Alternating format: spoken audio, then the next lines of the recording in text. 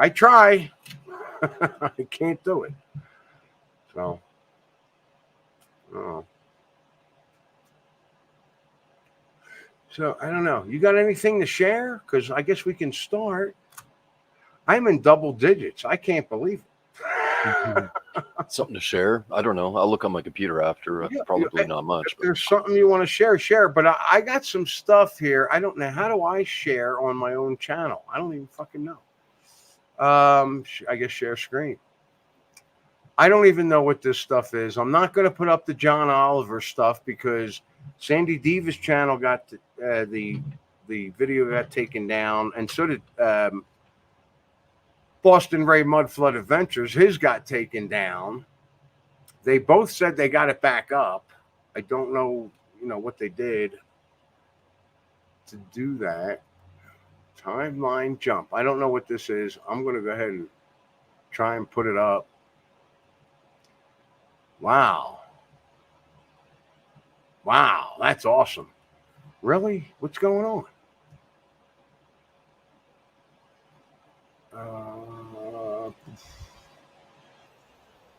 Nope.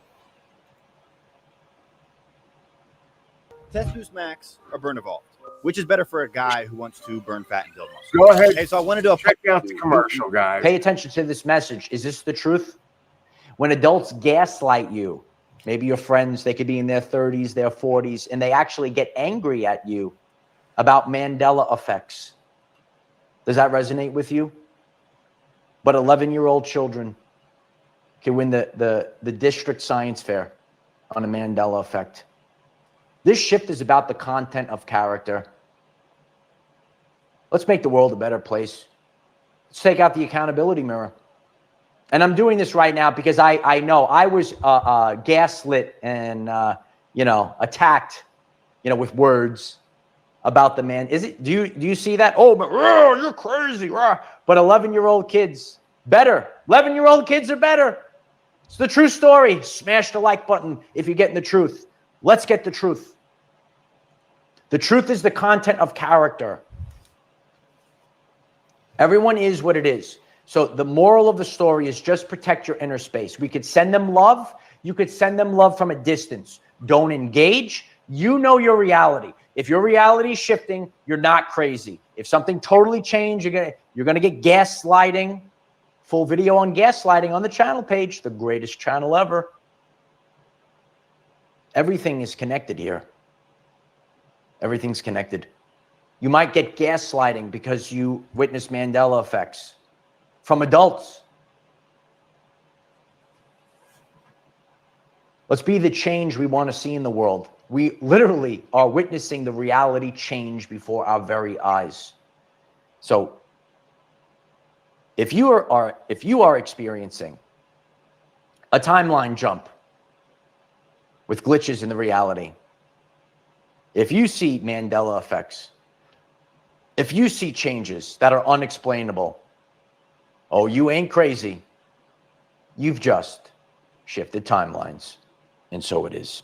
If you find this message interesting and you would like to learn more about our reality in terms of energy, frequency, and vibration, why don't you click subscribe, give the video a like so it becomes visible to more people, and please share with one other person, because when we all share with one other person, we will rapidly grow our 5D community.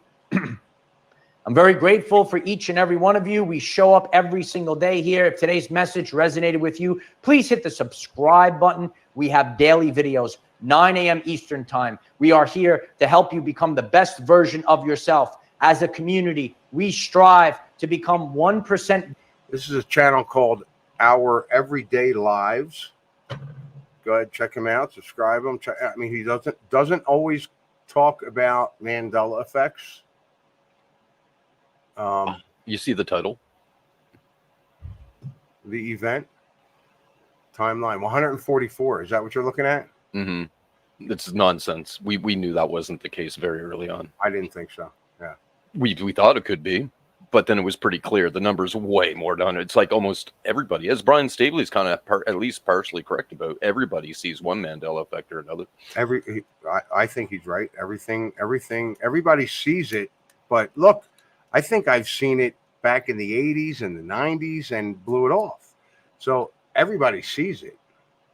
They're just in their own world. They're doing their It's own whether or thing. not they want to accept it or they ignore it. But And are ignoring it can go right to a subconscious level where you subconsciously ignore it, which is fine. People do what they got to do to survive or stay sane. It's fine. are there really only 144,000 people on this place? Realm? There's a lot more than that. I've seen 60 or 70,000 at once myself. So, and that was in Eastern Canada. Yeah, but could they have been NPCs? What's an NPC? Non-player character in a video game. Well, it's not a video game, so I'd say no. Oh, so you're totally off on the we're in a computer program. You're not going there. No, it's not a computer program. A computer program is a fabrication of humans. It runs off binary data, which means nothing. It's just representative of other things. If somebody didn't create the representation of numbers to meaning, then there would be no such thing as digital data. It's kind of like a writing system, right? We have a writing system, so we make different characters to represent a sound. It's only representation. It isn't really the sound. It's no different than digital information. The digital information don't mean shit. It's just a bunch of highs and lows or offs and ons that create a number that represents someone else because somebody said it did. That's it. Could we be spiritual beings inside a computer program? Well, no, if you take away the word computer and if you take away the word program and the word simulation, then you might be correct. See, the thing is the word simulation is just incorrect. I know what people mean by it often, but they're wrong. In the definition of a simulation is to represent something else. It's a fabrication that represents something else. Don't you think this is a fabrication? Yeah, but it doesn't represent anything else. It is what it is. It is real. Could it The problem is our understanding of what real is simply incorrect and has been for a long time, or extremely limited to the extent that we're pretty much incorrect in all of our assumptions. That's what it boils down to, right? But Right. But everything is energy based. Like all matter is energy based, and that's what they've been pulling in particle physics and quantum mechanics. Oh, there's just these particles and these particles and these particles are in these. Well, where's the end of it? What is a particle? What are you even talking about? So they want to continuously push the concept of physicality, right? And that's not the foundation of reality. Is not physical. The foundation of physicality is energy. And right, that's why I say that we're in a simulation, because physical reality is not what we are. It's not set in stone per se, how we think. Is that what you mean? I mean, I would say I'm a spiritual being inside something that is just not what as a spiritual being is accustomed to. It is not real from a spiritual perspective. Kind of. Perhaps I could almost go with that a little. It's not real how we think it is. Right. Not and what is real for a spiritual being?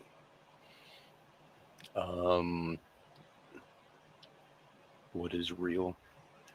Basically the information and the other energy that corresponds with it. And almost all the information and all the energy comes from a consciousness of one sort or another, whether that be different entities or the creator originally.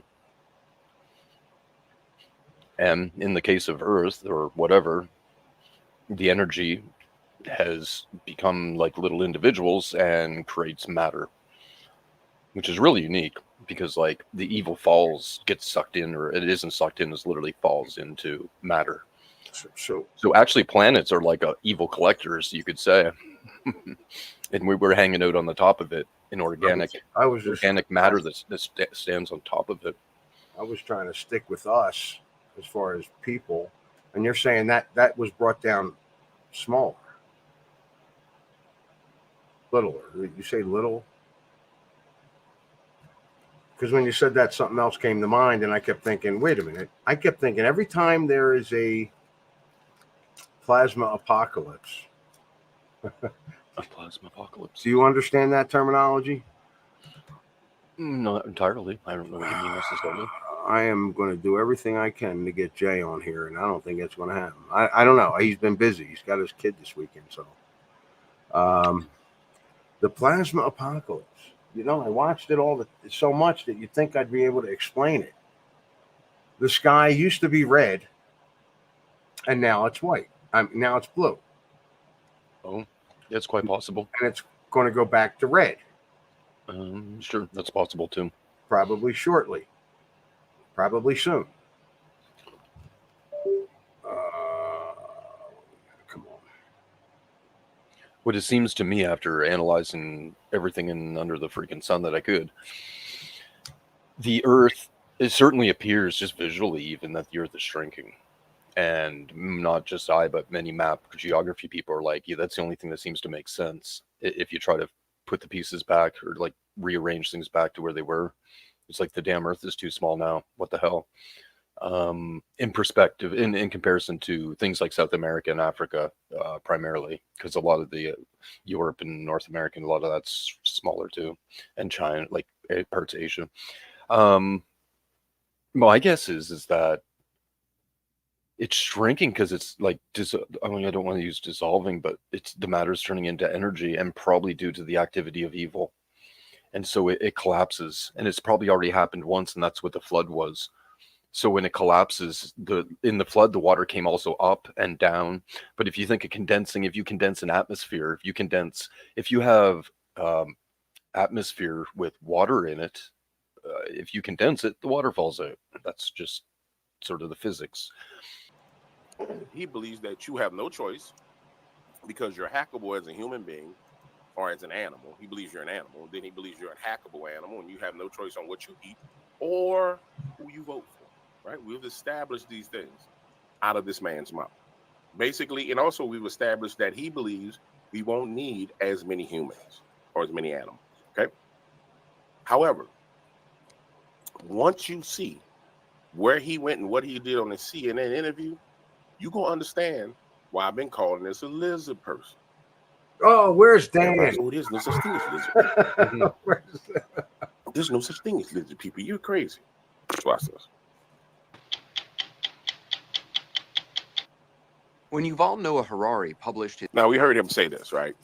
We all heard him say this. Well, we don't need to go over this. What we need to do is fast forward. Here we go. Now, let me say this. This is on 60 Minutes, and that's CIA Cooper, right? Now, imagine for a moment. Interviews just don't happen. These things are planned out, right?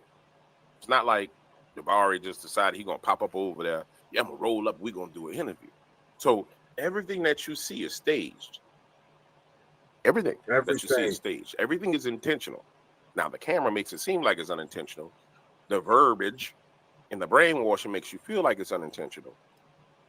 But keep it in front of your mind, these men are saying and doing these things on purpose. Therefore, you can surmise that where they go is intentional. I'm going to make sure you understand this. I'm going to repeat myself. Some people say, oh, you repeat yourself too much. No, you dirty, sandy, monkey beach. Sandy monkey beach. I repeat myself because I want people to understand what I'm saying. Everything is intentional. Therefore, if there was intention put into creating the interview, intention in him to travel or whoever traveled to wherever, assume that CIA Cooper traveled to where he is, which makes sense. Everything is intentional. Everything is discussed. Watch this. He's a history professor. A history professor. A history professor. He took them to an archaeological site called Tel Gezer. In the Bible, there were places, high places. If you remember, when Jesus went into the wilderness, Satan took him up to a high place, took him up on a mountain. High places where people made sacrifices and worship. So he takes Anderson Cooper to Tel Gezer. Pause, stop right there. Switch videos so you can understand when I say this man is a lizard, a mini little lizard bastard. Watch this.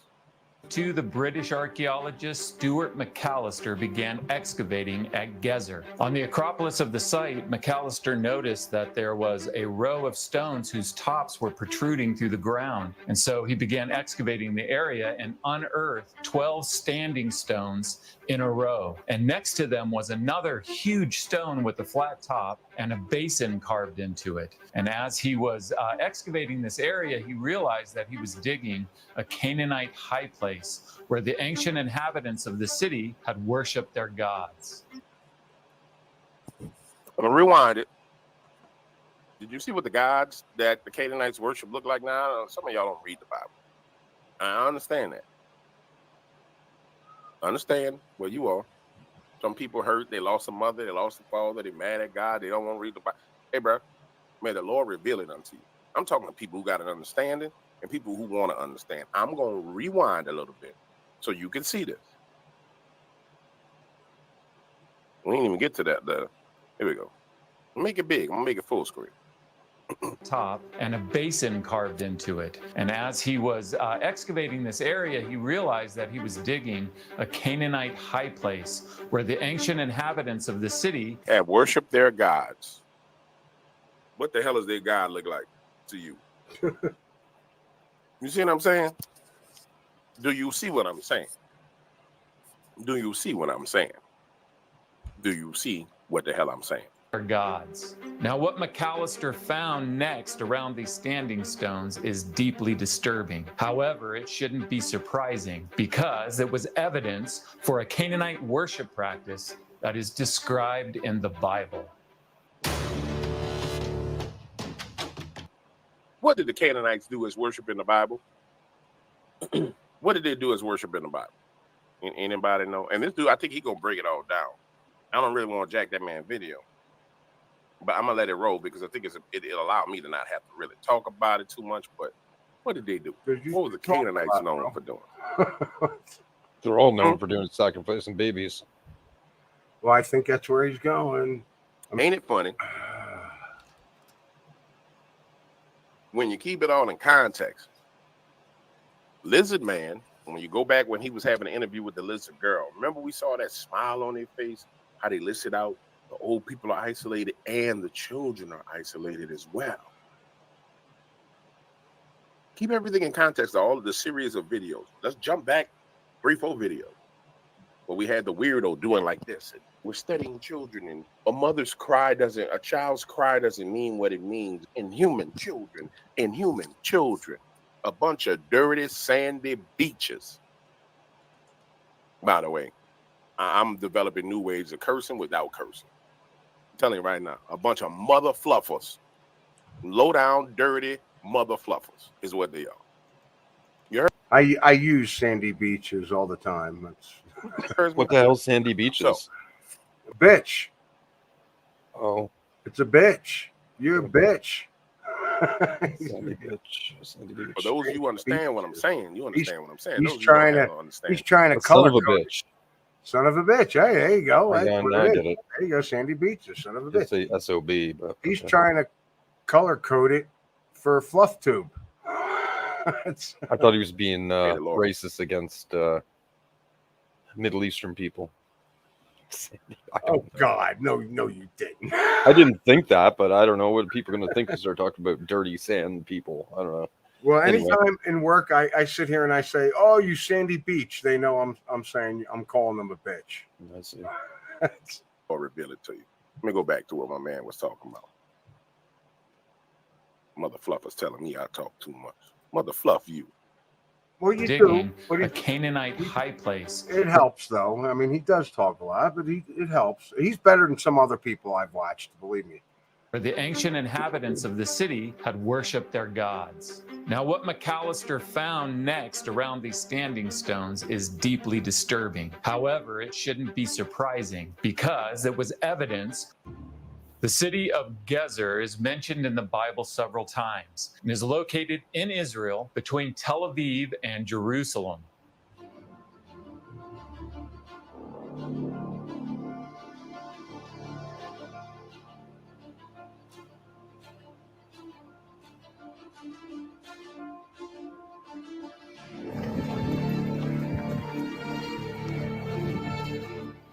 Nearby was the skeleton of a described as being filled with a great number of bones. Stones are. So in his excavation report, McAllister found a pit, which he described as being filled with a great number of bones of human beings in a confused heap. Nearby was the skeleton of a young girl who had evidently been sawn asunder. She had been cut in half.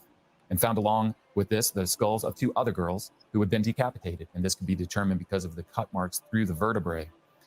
And then McAllister says that all around the feet of the columns, that is the standing stones, McAllister discovered the skeletons of young infants. There you go. They were deposited in large jars, and the skeletons showed marks of fire. Started finding all over the place here, around the base of these pillars, jars with burned human babies inside of them. Surprise. Okay, and this is from his excavation report. You can see the skeletal remains of a... But the thing on the ambassador is crazy. And lizard people don't exist. And this is where this man took him to for the interview. Let me go back. So Harari took him to a Canaanite high place. Anderson Cooper and Harari went to a Canaanite high place and stood where the bodies of the children were. You understand where they stood where the bodies of the children was? The children. As Pastor sit down here. The children. You understand? Live on TV. But when you look at it from an outside perspective, oh, they just did an interview. But they just talking. Took him to a Canaanite high place. Therefore, transported you there as well, who was watching the 60 Minutes interview, took you right to the spot. Told you everything you need to know about what he believed. Disclosed it all to you in front of your mother fluffing face. Bruh. Baby inside of the jar, buried ritually. Not just buried, but buried ritually. Now, how are they buried ritually? They're buried in a place of sacrifice, in a sacred place of worship. In his excavation report, McAllister made a plan of the high place from the perspective of looking straight down on it. And then on this top plan, he marked with the letter J everywhere where he had found these infant jar burials. There is electromagnetic energy in that pyramid. At least it's a pyramid. All right. Look at all the J's. J. See all the J's? Jar burials with not just baby bones in them, burned baby bones in them.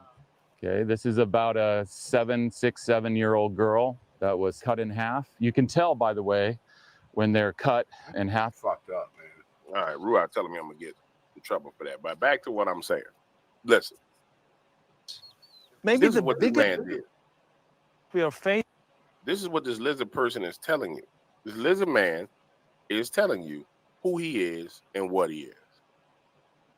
You see what I'm saying? And it makes all the sense in the world that he would be a little frail, skinny, 5 foot tall, less than 5 foot tall being that comes up with all these plans. Now, the reason why I'm not playing the sound is because literally we've heard what he had to say. I just wanted to make sure you understood when I call him a lizard person, I do mean it. Now, I don't know what else to tell you, but we're going to move on to the next thing. So I'm coming back with the next thing. And I'm going to tell you, it gets even more freaky. But to set it up, I'm going to say this to you. If you go back and you listen to what he said, in fact, no, we're not going to do that. I'm going to show you this. Remove that. Because that's the one thing about us as people. We got to see. He's doing what we're doing. Just playing videos, showing you stuff, interrupting it, and giving our opinions. See it. Because if not, I'm crazy. If we don't see it ourselves, I'm crazy. Watch this. Ideally, you have people forming up opinions and desires and then voting for a government that represents them. But we know it works both ways. The government has enormous power to shape the opinions and desires of the population, and this power only increases today with the new technologies of surveillance, mass surveillance, and social media, and so forth. So when the government the government is not just responsive to the will of the people, it can shape the will of the people. And this really destabilizes the democratic system. Also, Hold an on. enormous role to play in Hang in this. That if the government has too much control over the media, then it's not like people are forming their own independent views about what's happening. We now have the power, or at least not we, but some governments and corporations for the first time in history have the power to basically hack human beings. There is a lot of talk about hacking computers, hacking smartphones, hacking bank accounts, but the big story of our era is the ability to hack human beings. And by this I mean that if you have enough data and you have enough computing power, you can understand people better than they understand themselves, and then you can manipulate them in ways which were previously impossible. And in such a situation, the old democratic system stopped functioning. We need to reinvent democracy for this new era in which humans are now hackable animals. The whole idea that humans have this, they have this soul or spirit and they have free will and nobody knows what's happening inside me. So whatever I choose, whether in the election or whether in the supermarket, this is my free will, that's over. All right. I wanted to get to that point. And I want to make sure you understand a couple of things. So the concept of spirituality and humans having spirits. And first of all, let me show you. Look on this man's face when he says this. Look at the devotion to the words. You see them eyes? That's sociopath, psychopath eyes. That's John Wayne Gacy eyes. That's Hannibal Lecter looking at you right now. You know what I'm saying? That's who that is. That's Hannibal Lecter looking at you. That's homeboy at the top of the well. It puts the lotion on his skin. It puts the lotion on its skin. Put the lotion on your skin. Put the lotion on your skin. That's what that is. But that ain't what I want. That ain't what I want to talk about. Watch this. So, the two things he just mentioned, when you look at them truly, it's a formula for seeing when the lizard people are going to attack. Because he just pointed out the two things that are of interest to him. And the two things that he has to prove to us animals, we no longer have control over. The first thing was your elections. The second thing was your food. So, if I'm a general watching intel videos on my enemy, and I'm looking at him, and I'm watching what he say, because I know this mother fluff was my enemy. Ain't no doubt in my mind this mother fluff was my enemy. He's sitting there telling me I'm an animal, that I ain't got no choice. That what I say don't matter, that God don't exist. Even though he went to a Canaanite high place where they made sacrifices to children, letting you clearly know that he knows that there's a spirit realm that exists, but that don't matter. I know this mother fluff was my enemy. And so I start to look for the circumstances and conditions under which he can prove what he's saying, under which he can exercise what he wants to exercise. And I say to myself, this dirty sandy beach need two things to make a point. The dirty sandy beach need an election, and the dirty sandy beach needs something that has to do with my food. Oh my goodness. Is there one of those things coming up soon? 2000 November? Yeah, they got one of those coming. So we know that's coming. Then I started looking for the other thing. Oh boy. Oh boy, when you find the other thing. Oh boy. All right, matter of fact, I'm coming right back with the other thing. I'll be right back. Don't worry about it. I've got a problem that I'm pretty sure you can help me with. Yes, you will be paid for helping me. Actually paid really, really well. Before you skip this video, let me quickly show you a few of the people that have already started helping me.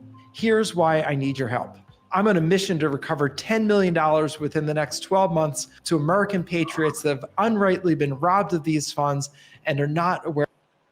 Yeah, we can go to Boston. Yeah, let's do that. I think they lost that game anyway. So Boston who? Yes, that's what I was looking at. That was next. That's not next. You want to keep going, bro? You sure? Yeah, all right, let's do it. I'm just going to keep sharing everything I thought I would edit or whatever. I could do the John Oliver stuff, but that got Sandy Diva's show blocked and Boston Ray's show blocked because I put that stuff on their channel. And I don't even know what this stuff is. I'm just popping it up. I'm like, let's go. You know, whatever. I just know that I wanted, this is stuff that I wanted to edit and put together and, you know, put it on Dan's channel, whatnot. But so, I don't know. I got too much. How you doing? I'm Callan, and this is Slap Callan. You guys know Slap Cam? Super freaky video. No. No one can quite explain. So hit that subscribe button. I'm right at the beginning, so I'm a little shocked. Just like this. This was weird. Watch this shit.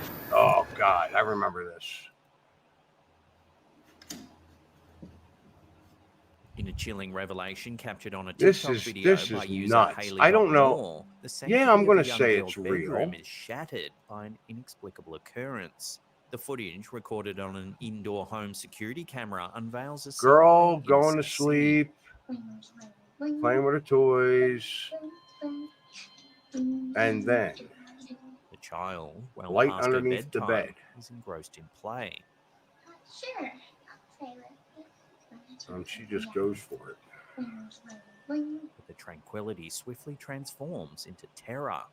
As the clock strikes 11, the child's playful antics take a sinister turn. This is freaky, man.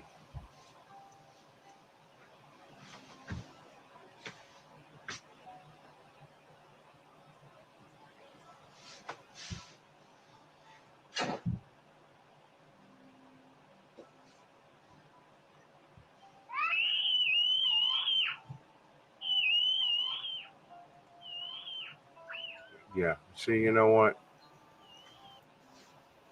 You back that up because there is sound.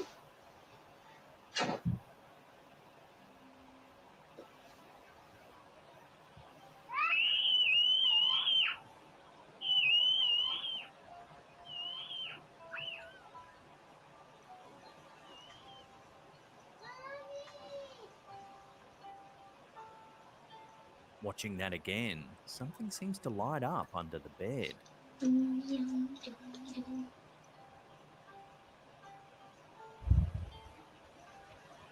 Where did he get the 11 o'clock from? Possibly grabbed. The what? He said at 11 o'clock. How does he know that? Then the girl appears to be forcibly grabbed.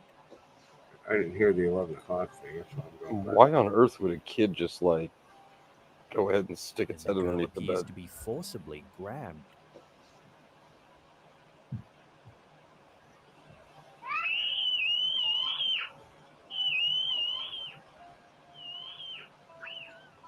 The end Eventually, is her mother comes running. the into end the is room. even fucking weirder.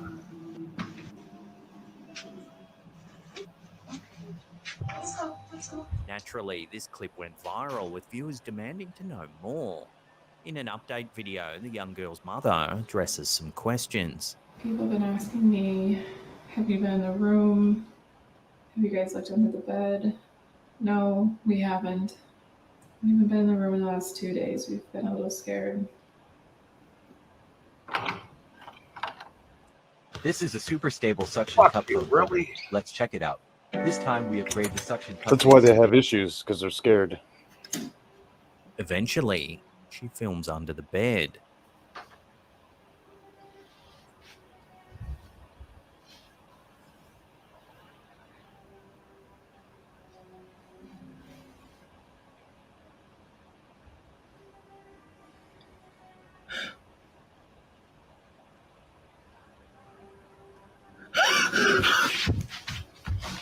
Oh my god.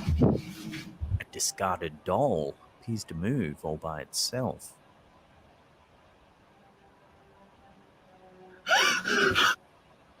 It's not a doll.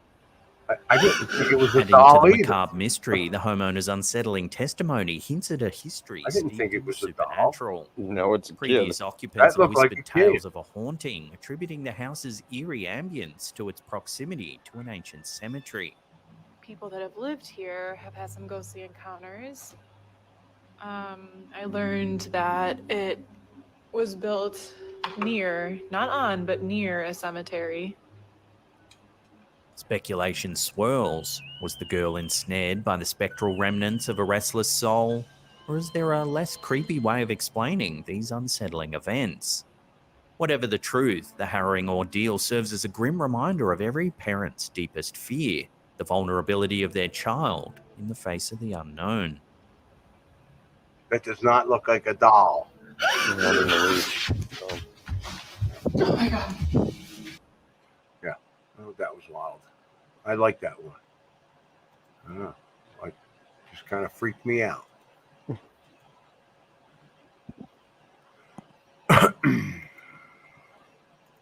I got more. I don't know what's coming up because I didn't like vet this stuff. Some of it I looked at and paused it. And what we got? I'm not going through 30 mystical creatures, but Welcome to a new video. Humans have been talking about mythical creatures oh, this is my for dragon hundreds of shit. years. When we were doing research, we came Got a bunch bright of yellow dragon hazmat suits and appear to be taking someone out of the lake. At first glance, you see that nothing out of the ordinary is happening. But as the camera zooms in, we see a body with a dark green fishtail. Could this be a mermaid? It looks like the upper body is that of a human, and the lower body is that of a fish. The man is also trying to get closer with his camera. But at some point, the men see him, and he decides to run away. So unfortunately, we don't know what happened next. Ooh. In June of the year 2014, a photo went viral that was Dude, they weren't biosuits. They were freaking rain jackets. That's funny. See, now a lot of this stuff could be totally fake, and A lot of it. I would think a lot of it is. These, but why would you go and do that? Why would you take the time Because to? people are freaking idiots. Why do people do half of what they do online now? Oh, Just God. for attention, so they feel better about themselves or feel more recognized. Like, it's absurd. For clicks and money and recognition. That's why. Yeah, clicks, money. I mean, It's I like don't the know. little thing I saw the other day, this barber, and it looks like he's cutting the hair with some dude that has all these giant mole sections on his head. And then you start scraping them off, and it's like, they're not moles, it's fucking chai seeds that he glued on someone's head and made a video. Like, he's scraping off this weird shit off Buddy's skull. It's a bunch of chai seeds someone he glued on after he shaved a couple patches to put them on. This is stupid. Like, people do dumb crap, man. pretty terrifying if you ask me. In this video, you see fishermen panic when they see a strange catch inside their net. When the fishermen on the boat decide to lift the net, you can clearly see a humanoid creature emerge with mermaid-like hands. The fishermen try to grab the creature, but due to too much movement, the net falls back into the water. However, one of the things we can see clearly is the mermaid's hand that seems to be tearing up the net. Do you believe that the fishermen had actually caught a mermaid? Let us know in the No? comments. Why do you think it's a mermaid? Why is Right? dude saying mermaid? Since when do mermaids have freaking whatever weird With the, hands? with the fins on the hands, they might. I don't know. Zhangjiajie is a I city agree in with you. China's Hunan province and is known for its landscape of high stone mountains. Over the years, these have been formed naturally by erosion, but there's something else mysterious here. It's believed that dragons once flew over this area. A number of Chinese were therefore surprised when they saw There the you go. following video footage. One day, an anonymous person managed to capture a flying dragon on camera.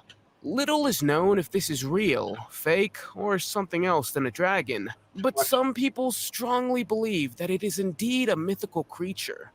Dragons are part of the culture of China. They symbolize power, luck, and strength. Unfortunately, I couldn't find any more information about this flying dragon. Do you believe this video footage could be real or not? One day, Corey was driving his truck to work in South Carolina, USA, when he decided to stop and look at something very unusual. He got out of his car and seen this decided a to long time live stream ago. what he saw, Oh, because yeah? no one would ever I believe don't it know if how he old didn't. these are. Pretty The impressive. man was literally speechless when he saw a cloud that looked exactly like an angel. Corey believes what he saw was 100% a real angel. What do you guys think?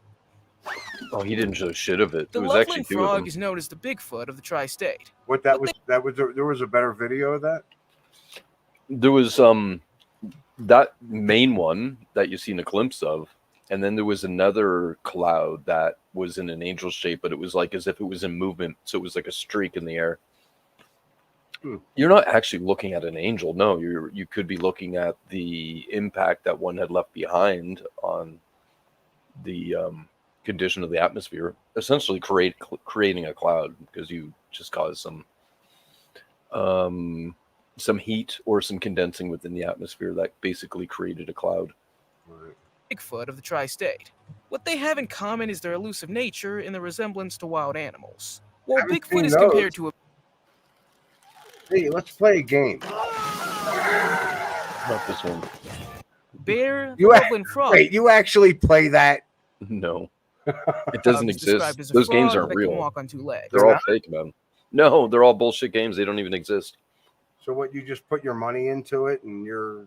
I mean, No, they just want you to click somewhere for other ads and shit. It's all bullshit, man. Oh my god! Wow, It's brutal. So you must have clicked to find that out, because I don't know that. I did a long time ago, a couple years ago. Yeah. It turns out the whole thing's bullshit. The website's bullshit. Everything's bullshit. And they continue to do this on YouTube ads. Like, it's so freaking annoying. They do. And it is so annoying. It was once captured on camera when a man named Sam Jacobs and his girlfriend were playing the famous game Pokemon Go. At that moment, a frog-like creature jumped up No black tail on that Pokemon, right? from about 13 feet or 4 meters. In shock and terror, they only managed to capture a few photos and a video before the frogman got up and ran away. The origin of the frogman dates back to 1972, when a police officer from Loveland, Colorado, reported seeing a frog-like creature. According to the man, I'm 20 miles from Loveland, and I got the Bigfoot, the Skinwalkers, and Dogman all behind me in the mountains. I would think you have UFOs going on. You know, I have people coming up to me a lot because they know what I do and what I'm into, and they're like, "Did you see the lights over the sky?" And I'm like, "No." "Did you film it?" "No." I'm like, "What? Film it and send it to me. What are you talking about?" I just missed the times. There was a couple of times where they're like on the local sites. They're like, they got pictures and just, "Did you see the lights over Mount Massive and Mount Elbert?" And I'm like, "No. I mean, I'm right here. I can see all that." You know. The creature stood up in the middle of the road on its hind legs, crawled over a rail, and then jumped into the river. The main island mermaid photo is one of the most mysterious photos ever taken of a mermaid. After you see this photo, you are interesting, but- definitely going to wonder if mermaids exist. We got AI, man. I don't know if you can believe any of this now because of AI. Right? In this photo, we see how the mysterious mermaid is lying on the island. The photo was published on June 13th, 1967, and the story goes like this. Several witnesses on a ferry saw something in the distance that eventually looked like a mermaid.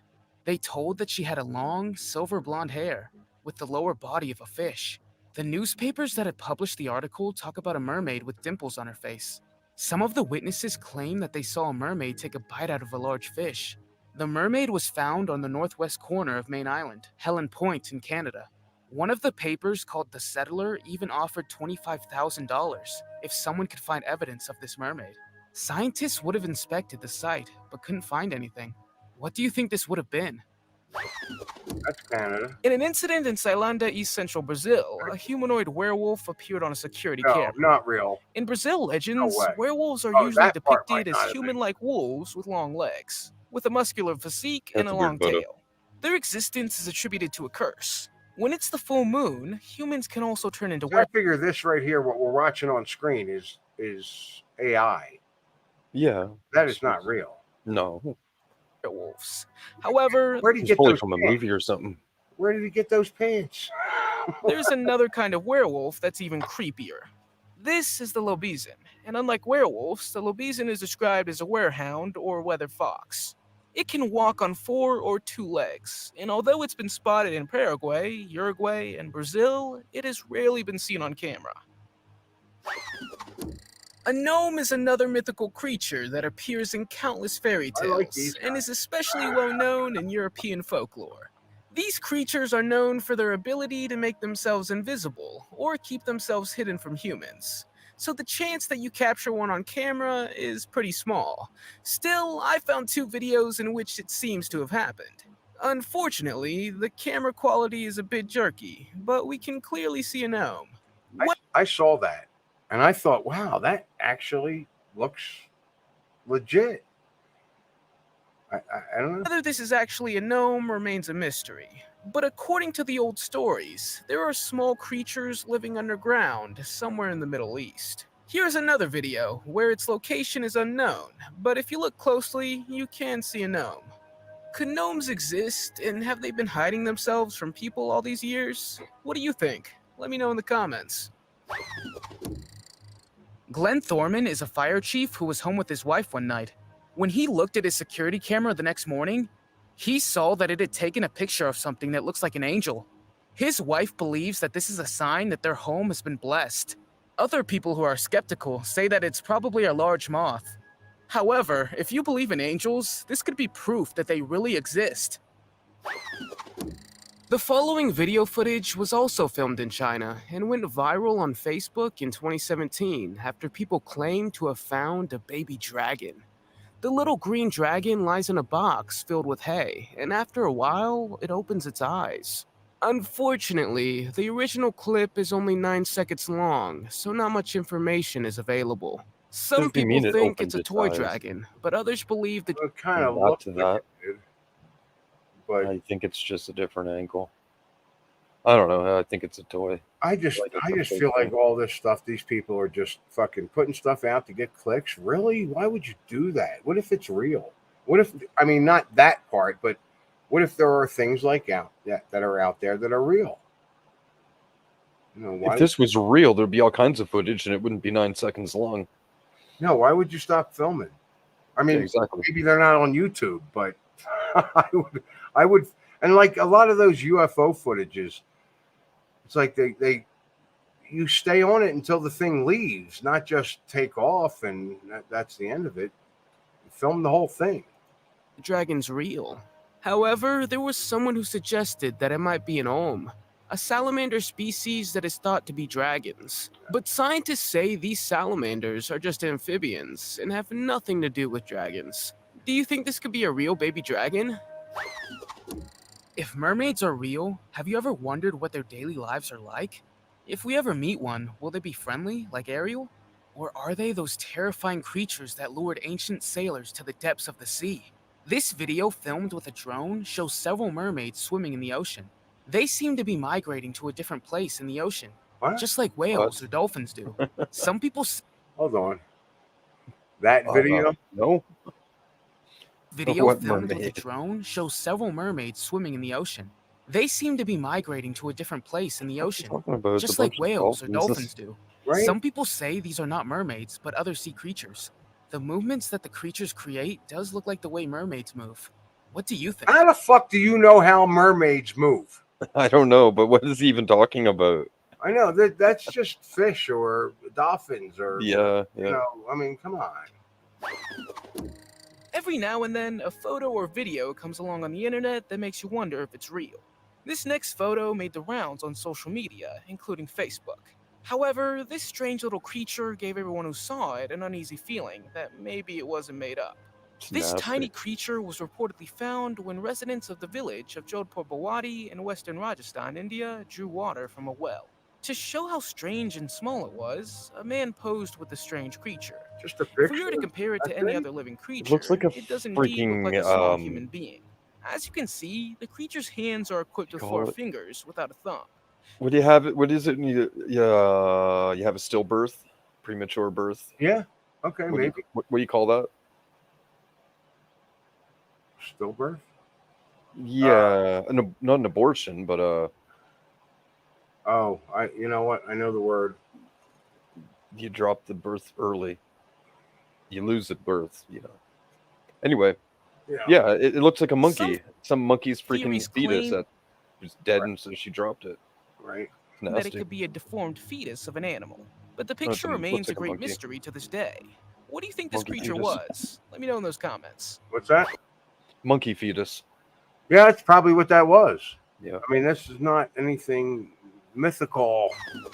Yeah, Disneyland is probably one of the most favorite places of children. However, if the following video footage is to be believed, there was a dragon captured on camera here. But after some research, I soon found out that it's not a real dragon, but an animatronic one. The video footage was taken for the new Fantasyland in Walt Disney's World Magic Kingdom in 2012. The dragon was a big surprise, and many children present at Disneyland that day thought it was a real dragon. It suddenly appeared in the sky and flew around realistically with its huge wings. But this wasn't all. He also spat fire, just like a real dragon. This was just a one-time event at Disneyland. The dragon was in fact introduced as the guardian of the new area. And unfortunately, this Disney dragon will never be seen again. That dragon must have been a they or a them. I don't think. I think there's a Mandela effect. It gets me. It gets me why other people aren't a little taken by it. Is in the Disney intros. Like when I was young, like I have a more like I'm not an artistic thinker. I'm a little more technical. So growing up when I was a kid, like the concept of a castle, the first thing I think of with a castle is a drawbridge and a moat, because you have the water that the drawbridge goes over. This Right. is like the classic concept of a castle to me, and one of the aspects that I like, I guess, because you have a bridge that goes up and down, it has like a function, and you have water that sort of surrounds and protects the castle. It's like a bare bone concept. And in the intro now to the Disney shows, all the old ones at the very least, there is no moat. The river is the roadway or the walkway that goes into the doorway of the castle. Like, I don't even get it. Like, it's all water. Like, why the hell is the road a river? And like, it doesn't even make sense to me anymore. And it looks really weird. It's like all this water, which is funny because it kind of goes hand in hand with a bunch of areas that are a lot more watered now than they used to be geographically. But have you seen that? I believe. I pointed it out years ago to people, but everyone, I don't know, no one really seemed to think it was a big deal or anything strange. I'm like, what the hell? Why the hell is it a river going into the castle? It doesn't even make fucking sense. The river is going into the castle. Yeah, like instead of a road, it's a river. Like that's the intro now to the Disney movies from all in the past. I can see if I can find an I example. can see that in my head right now. I know what you're talking about. That doesn't make any sense. That's just bizarre. I only got like dragon stuff coming up. I got nothing else. You want to keep going? You do whatever. I'll find you a video you can take a look what I'm talking about. Yeah, if you got, yeah, bring it. I'll just pop this on, I guess.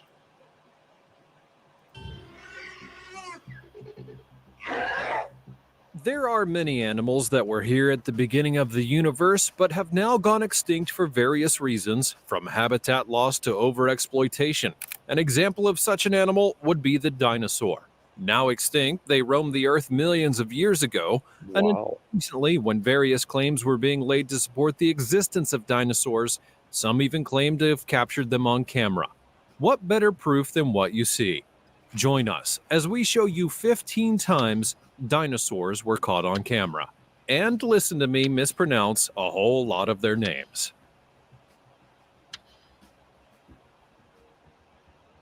Number 1.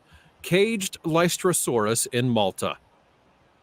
The Lystrosaurus belongs to a group of mammal-like That's AI. reptiles which are That's not real. herbivores, and their name literally means shovel lizard due to their burrowing character. The Lystrosaurus looks somewhat cute and is likened to what you would get as the result of crossing a pig and a lizard, chubby and small with the body of a lizard. The Lystrosaurus is a wandering animal with short, solid legs that work to its advantage. Its legs were very powerful for digging and helped to build its den every night when it wandered from its previous home. The animal host went into extinction when a volcano known as an igneous province started erupting and scorched the land that was all around it, laying waste upon many things and killing off many animals and plants. The Lystrosaurus survived this apocalypse by adapting to its new situation and then moving on to other regions with more favorable conditions. They lived underground and even amongst other predators, but still these small animals found their way around and watched as the world got better after the wave of mass extinction of species it experienced. Although later on, they gradually went into extinction through other causes, or so the world thought. Recently, a video would surface showing animals caged in what looks like a slaughterhouse in Malta, and upon closer examination, it looked like only rare species of animals were there, butchered and sold for meat. One of the animals in the cage looked like a Lystrosaurus with the exact body type and features. The room was dimly lit, but from what could be seen, it could definitely be one of these dinosaurs. At least it's not going to get COVID. It's got Number a mask 2, on. pterosaur seen in Idaho. Won't get COVID. Pterosaurs were successful all throughout the age when dinosaurs ruled. The ones living on land, the ones in water, and the ones flying in the skies. Pterosaurs were examples of flying dinosaurs, and after insects, they were the first set of animals to engage in flying by flapping their wings to travel through the air. And if they were to exist these days, they may well be mistaken for a bat or a bird. One man hiking through a remote forest in Idaho. Super cost-effective car soundproof seal strip. The original seals are not only poor in sound insulation. Idaho heard the sounds of rushing wind above him. Curious to find out what bird would make such a noise, he then brought out his phone to capture it and saw that it was no ordinary-looking bird. That bird was much bigger than usual and did not look like an eagle. It was strange-looking with a tail longer than a regular bird's. It was flying and gliding over the trees, and when it went out of sight, he followed the path, hoping to see it again and capture some better images, probably for research. Pterosaurs flourished for over 150 million years, evolving from small flying reptiles with long tails to more giant reptiles with different distinct features, such as crests, specialized teeth, and long jaws, some even as big as airplanes. The pterosaur also became extinct when the other dinosaurs went into extinction, leaving no descendants and very few fossils, even fewer than many other dinosaurs. This new sighting may well mean that they in fact had some descendants. Hey, Susso. Number 3. Yeah, I'm stopping. I just remembered or was thinking, this Boston guy, was he around a long time ago? Like, did he know about the Mandela effect back in 2016? I don't know. I don't know him. I know other people in the community that do. I just recalled a guy that had done some videos a long time ago, and I'm pretty sure he was out of Boston. And he had a story about these twins that lived close by, but then one of them there was no more twins. It was only one daughter, and it was like she disappeared and no one knew. Other people know Boston Ray. I did not. I caught him every once in a while. It wasn't a big thing back in the day. I've only caught him recently. And cool, I'm gonna come. It was sweet. Dude. This would have been very early on. Like, I'm talking 2016, 17. That was it. Yeah, so no, I don't believe I saw him back then. I saw him a little later after that. And I like what he does. He puts up information, and that's what we're here for, right? Get information and figure it out, whatnot. Sure. You want to talk about information. Do you know, are you familiar, and I'm sure you are because I bet I mentioned them on the channel with you before. Are you familiar with JayDreamerZ? I remember you pointing them out before, yeah. Yeah. And interestingly enough, just a few days ago, I found an image of a screenshot I took of one of his shows.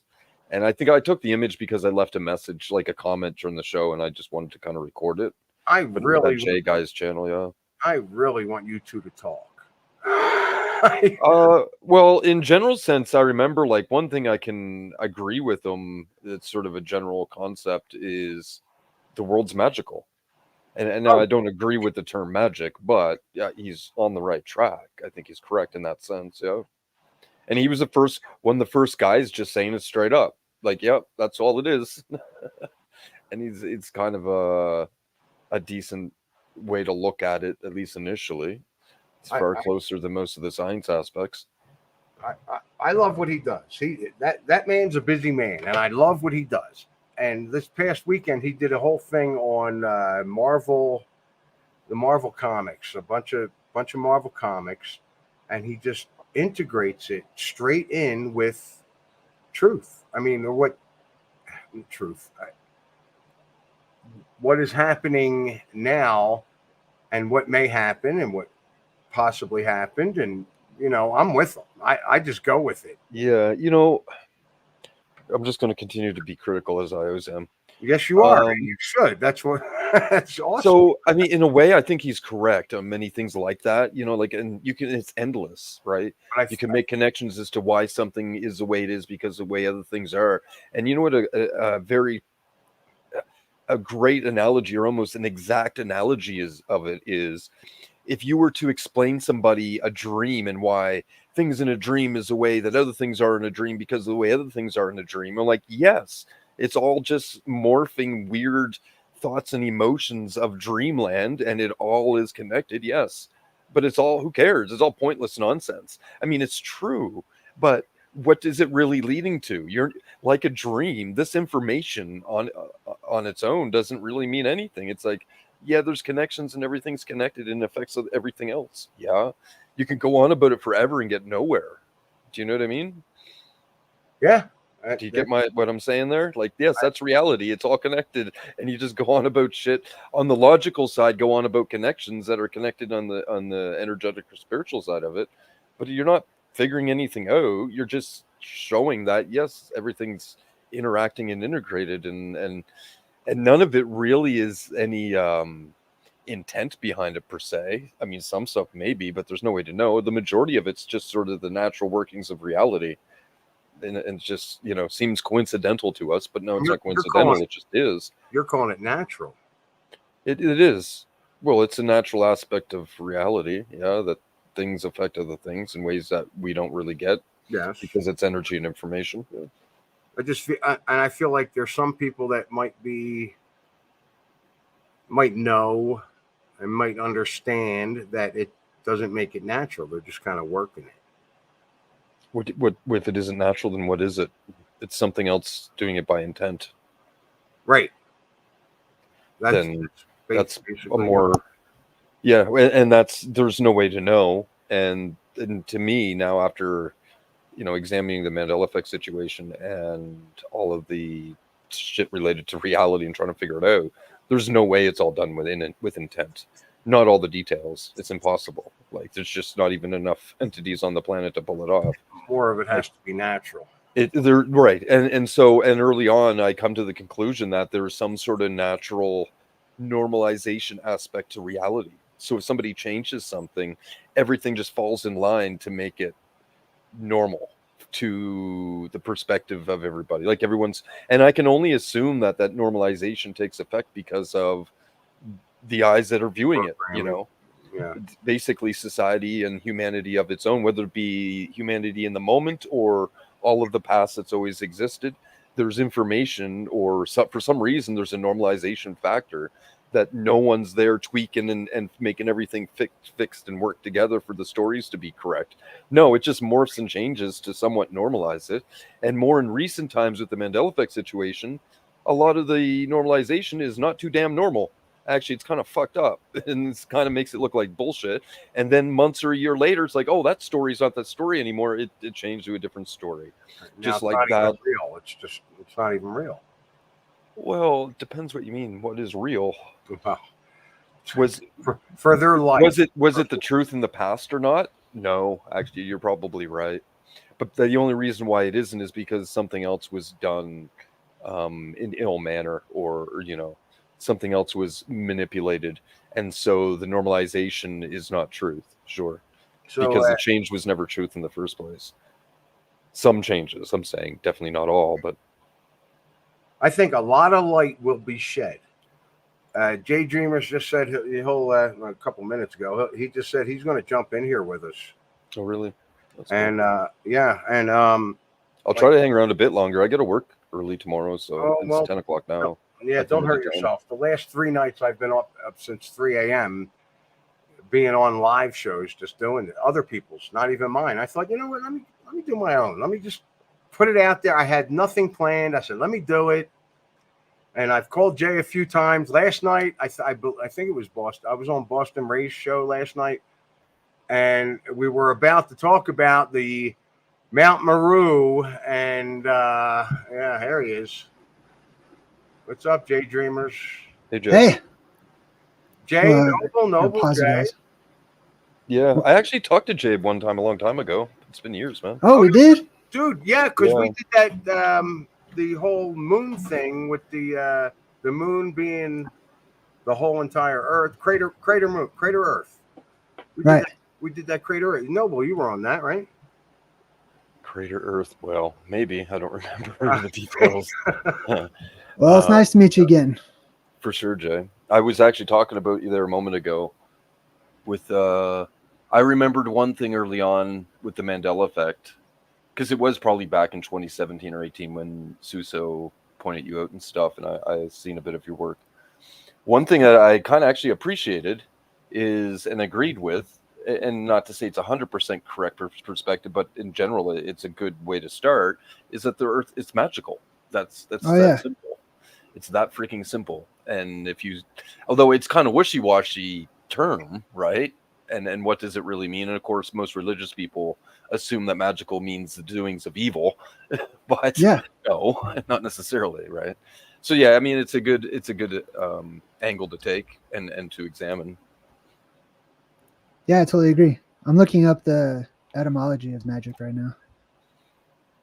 All right, so I like to use this website, etymonline.com, and it says, let's see, I mean, it goes over the typical traditional definitions and whatnot, and then it says from the late Latin magicae, sorcery or magic, from the Greek magike, presumably techne, from art, and then magikos, magical, magos.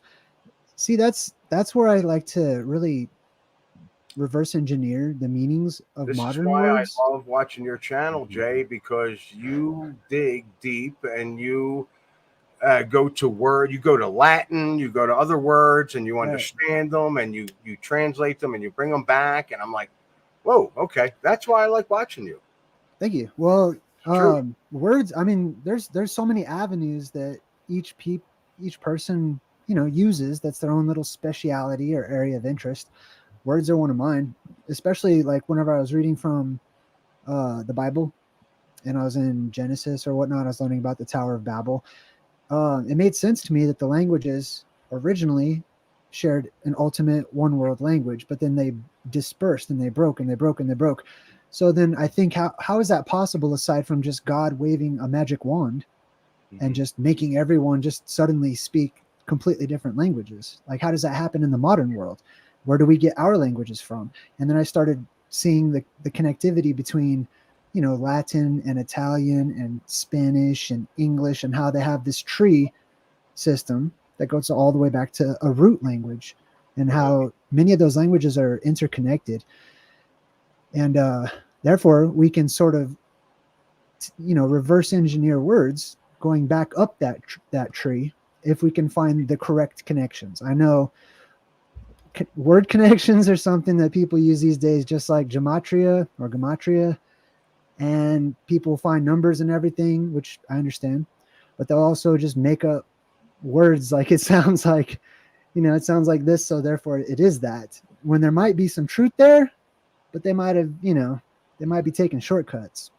Right. But anyway, so magic, the root of magic is mag, M-A-G.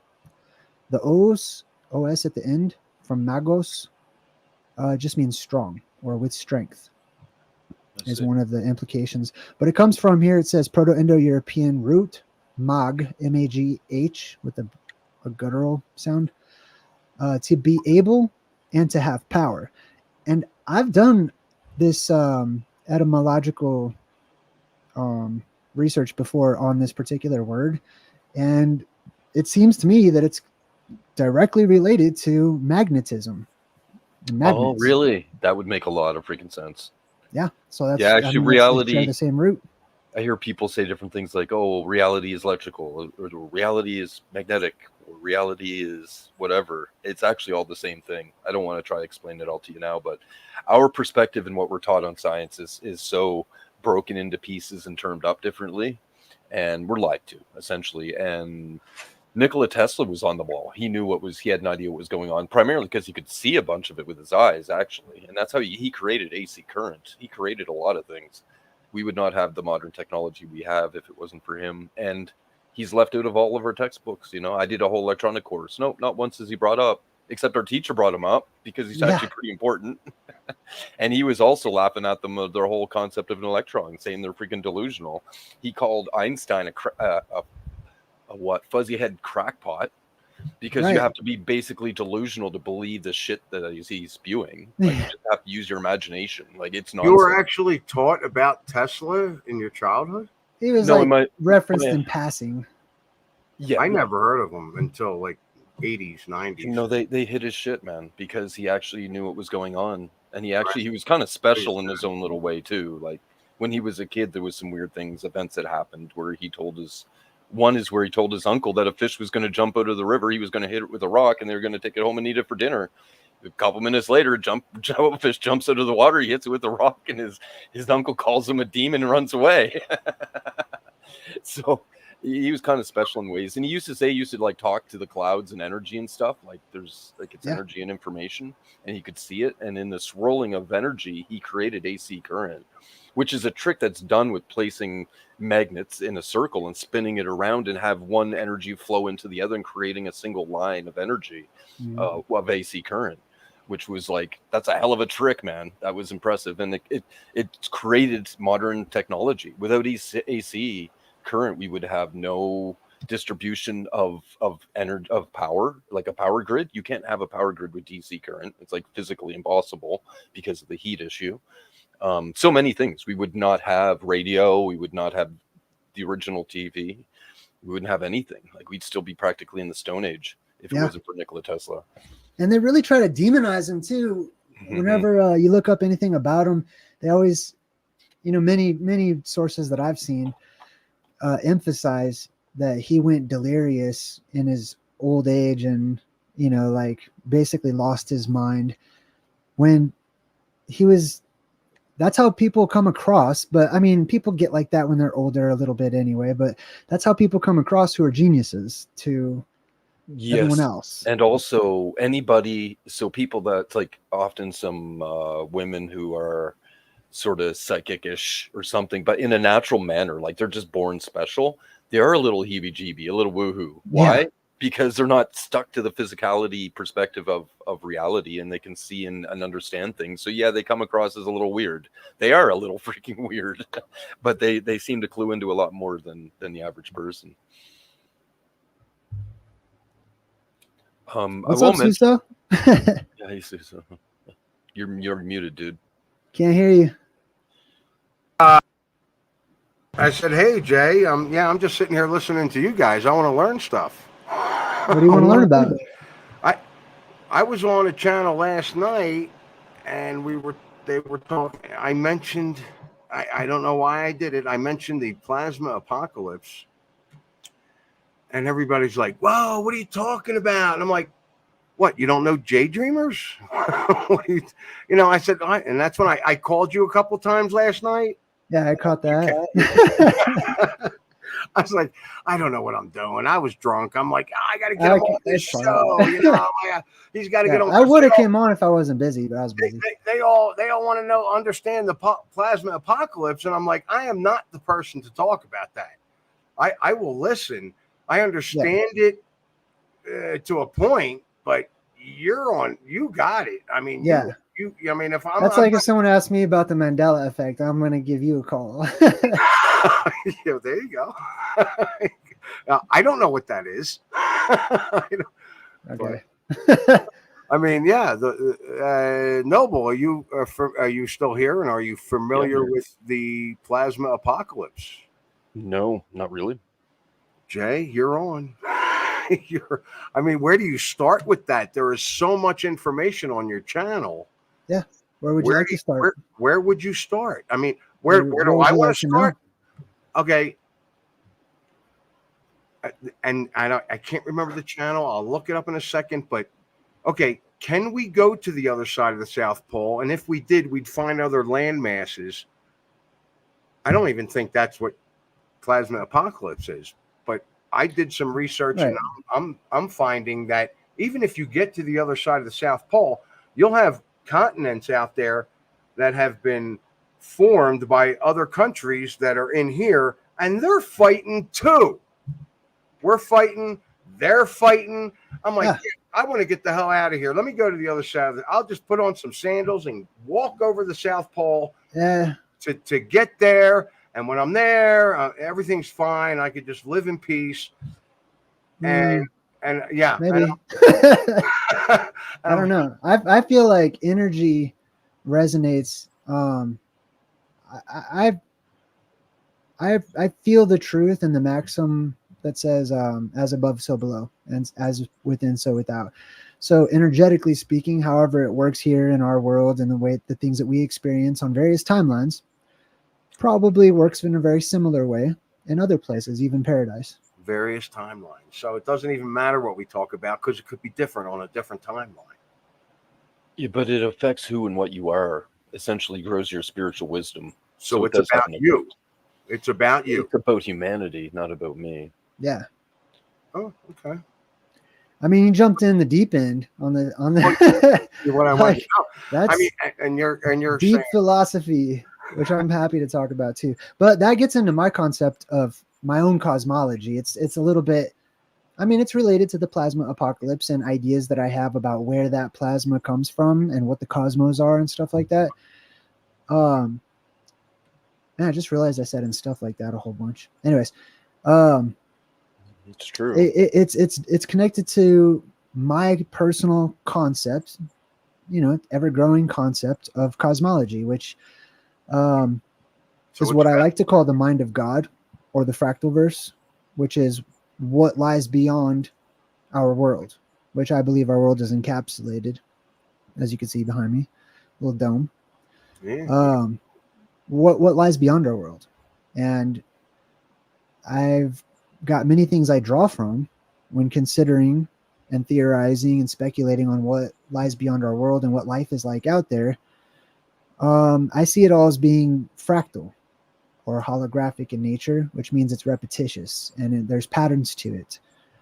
And therefore there's extreme similarities, but also perceived extreme differences out there in the heavens or whatnot.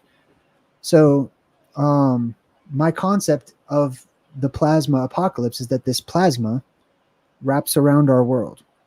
So if there's a firmament, let's say it's a dome, right? I'll just be super simple. That there is energy that wraps around. It's actually flowing down and around our world. And that energy comes from somewhere else. It continues on and it goes out there in the heavens or whatnot. And it essentially stops and powers each world, or, that's a simple way of saying it. But this plasma is connected to each little realm, each little hub. And all of those hubs are living spaces or places of experience. And those experiences are stored in the form of memory, right? Or energetic signatures, waves and patterns and stuff. And they're collected from time to time, and they're put into other hubs and disseminated and figured out and used for a purpose. And for me, the whole purpose as to like, what is it all about? Why, does anything matter, etc., goes back to my personal concept of creation, which aligns more with the law of one and, certain versions of Hindu cosmology where Brahma was the ultimate God and then split himself, and then those Brahmas split themselves and those Brahmas split themselves. And everything is just perceived division. And that in reality, everything's actually connected. And the whole purpose of everything is to retrace those steps, just like how I retrace the etymological origins, and to go back to the original, or to get back to the root, which is to, oneness in all things, which is why even evil and good both seek oneness. They want everyone to join their side, you know. So is the But that's like a deep philosophical, my own personal view or whatever. But the plasma, that is the whole root of the plasma apocalypse, is the energy that powers our world inside on the hollow portions down inside the hollow earth. And it also goes from there. But then there's opposing charges. So just like how we were talking about Tesla and the, you know, the AC and the DC currents and stuff, positive and negative forces or energies, that's what we deal with, which is negatively charged ionized hydrogen above our world, swirling around our world in what academics calls the plasmasphere. And then the positively charged earth energy, which is on the inside, which is charging right now. So we don't see it manifest, but it releases once we go through, when we go through our next energetic, you know, magnetic pole shift or polarity shift, then that energy will release and flow through the earth and fill up this world. Is that what happened back in? Go ahead, Noble. No, just saying wild. It's a lot to think about there. Like is the days of Noah, was that a shift? Was that a plasma apocalypse event? Mm-hmm.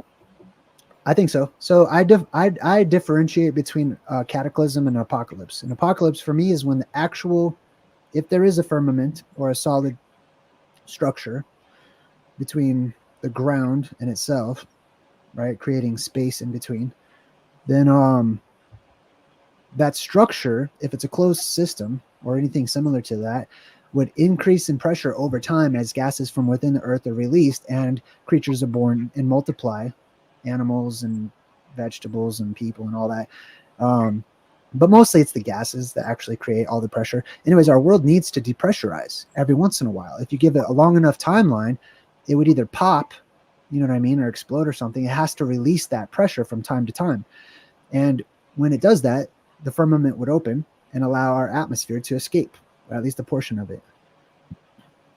And then that's whenever we would go through an electromagnetic neutral point, because our electromagnetism of Earth would go into flux and start acting up, and then it would hit a neutral point, in which case we would have no magnetism. The Earth wouldn't produce any. It would be neutral.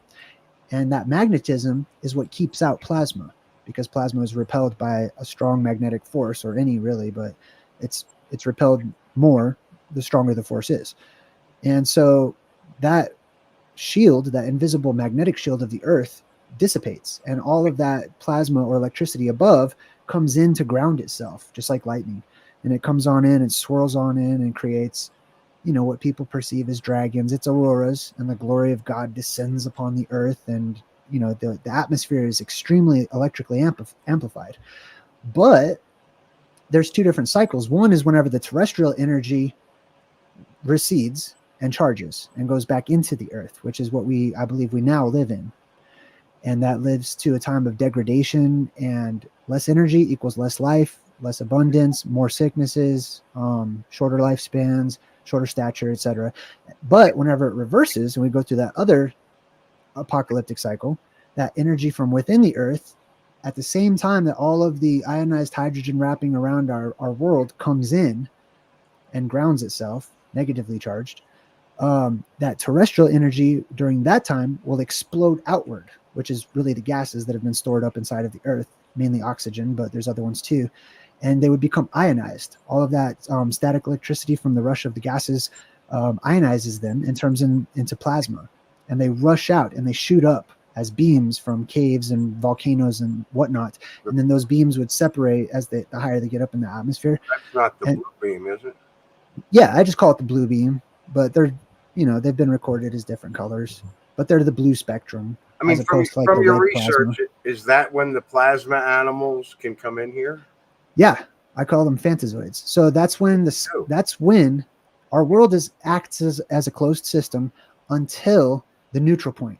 When the neutral point comes, that's whenever the firmament breaks open, the walls of our world open, and the gates are open, the portals are open, etc., above and below. So we have a great mixing that happens at the same time. If there are beings out above our world, which I believe there are, those beings can, and I believe there's evidence that they have, fallen down, or if the atmosphere is depressurizing, they don't fall, they just float.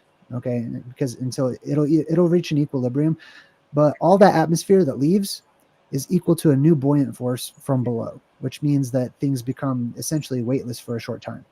So all the fallen angels and fallen beings and stuff, it's not like they fell and reached terminal velocity and, you know, they're just super powerful, so they bounced off the ground. They just floated on in, you know. So it could be animals or insects or bipedals or whatever from other places that just safely fall on in. Yeah, giants. They're all, lots of them are giants that come from above and below, because there's less pressure.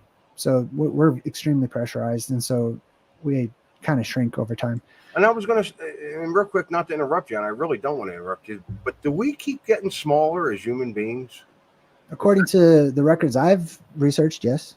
We can. So the next shift will be even smaller, and this Earth will be bigger because we'll be smaller.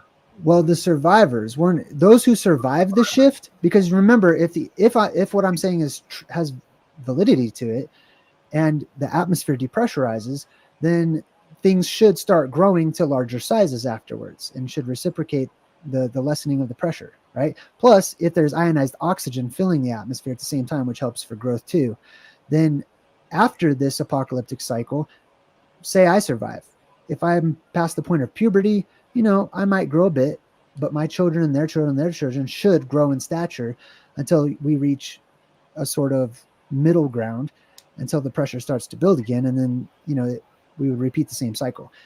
But we would be small. The survivors would be small, while the world around you grows very quickly, especially starting with plants, and then the insects would grow to large sizes, and then people and stuff like that. But those otherworldly creatures, I just call them phantazoids, because I call that the fractalverse. What's that? A little bit of the Mist movie there. It is giant insects and shit. Yes, that's exactly. It's that movie. I feel like the it high portrays density it causing moisture in the air, right? Of the clouds, right? The mist. Yeah, that's where the because of mist comes density from. Is level of the depressurization. atmosphere. Right. Did you break that one down, Jay? Yeah, I did the mist. Oh, did The you? movie? Yeah. He actually, no, his channel's pretty massive, if you ask me. I've gotten through it, and now I have to get through it again. Yeah, I do a truth in movies segment where I just play clips or show, you know, screenshots, and I just talk about, like, here's the truth behind this, even though it's portrayed as fiction and fantasy. Here's the reality of how this could be or once was a reality, you know, whether it's been cartoonified and mystified or whatever. I'll be honest, if it's something I haven't watched, I probably don't get on. Have you seen The Mist? Myself, no. It's pretty good. I've seen it a few times. Yeah, I get it on disc. See, that's something I would go to Jay's channel and watch his Mist breakdown, and then I'm into it, you know. But I'll watch a movie and I'll go back to some of, like, I've watched, like, The Matrix and Lord of the Rings. He's done, I know that. And, there's a couple other. There's quite a few, like freaking the glasses. You put the glasses on and you see. They Live. They Live. Thank you. He's broken down They Live. I sat there and watched that twice. I was like, it's just, I don't know. You know, a little clip you should check is in the movie The Avatar, where I think it's a interesting kind of truth bomb. In the first Avatar, I think it's the first one. No, maybe it was the second. The one with the tree. I think I didn't see the first. Anyway, the humans are there, and well, actually, they're not humans because they're in their avatar bodies, but they're communicating, and they meet this tribe, and it's like the female leader, and she says something like, "Yeah, they can stay, they can hang around or whatever, you know, they can stay," and she says, "We'll see if we can cure them of their insanity."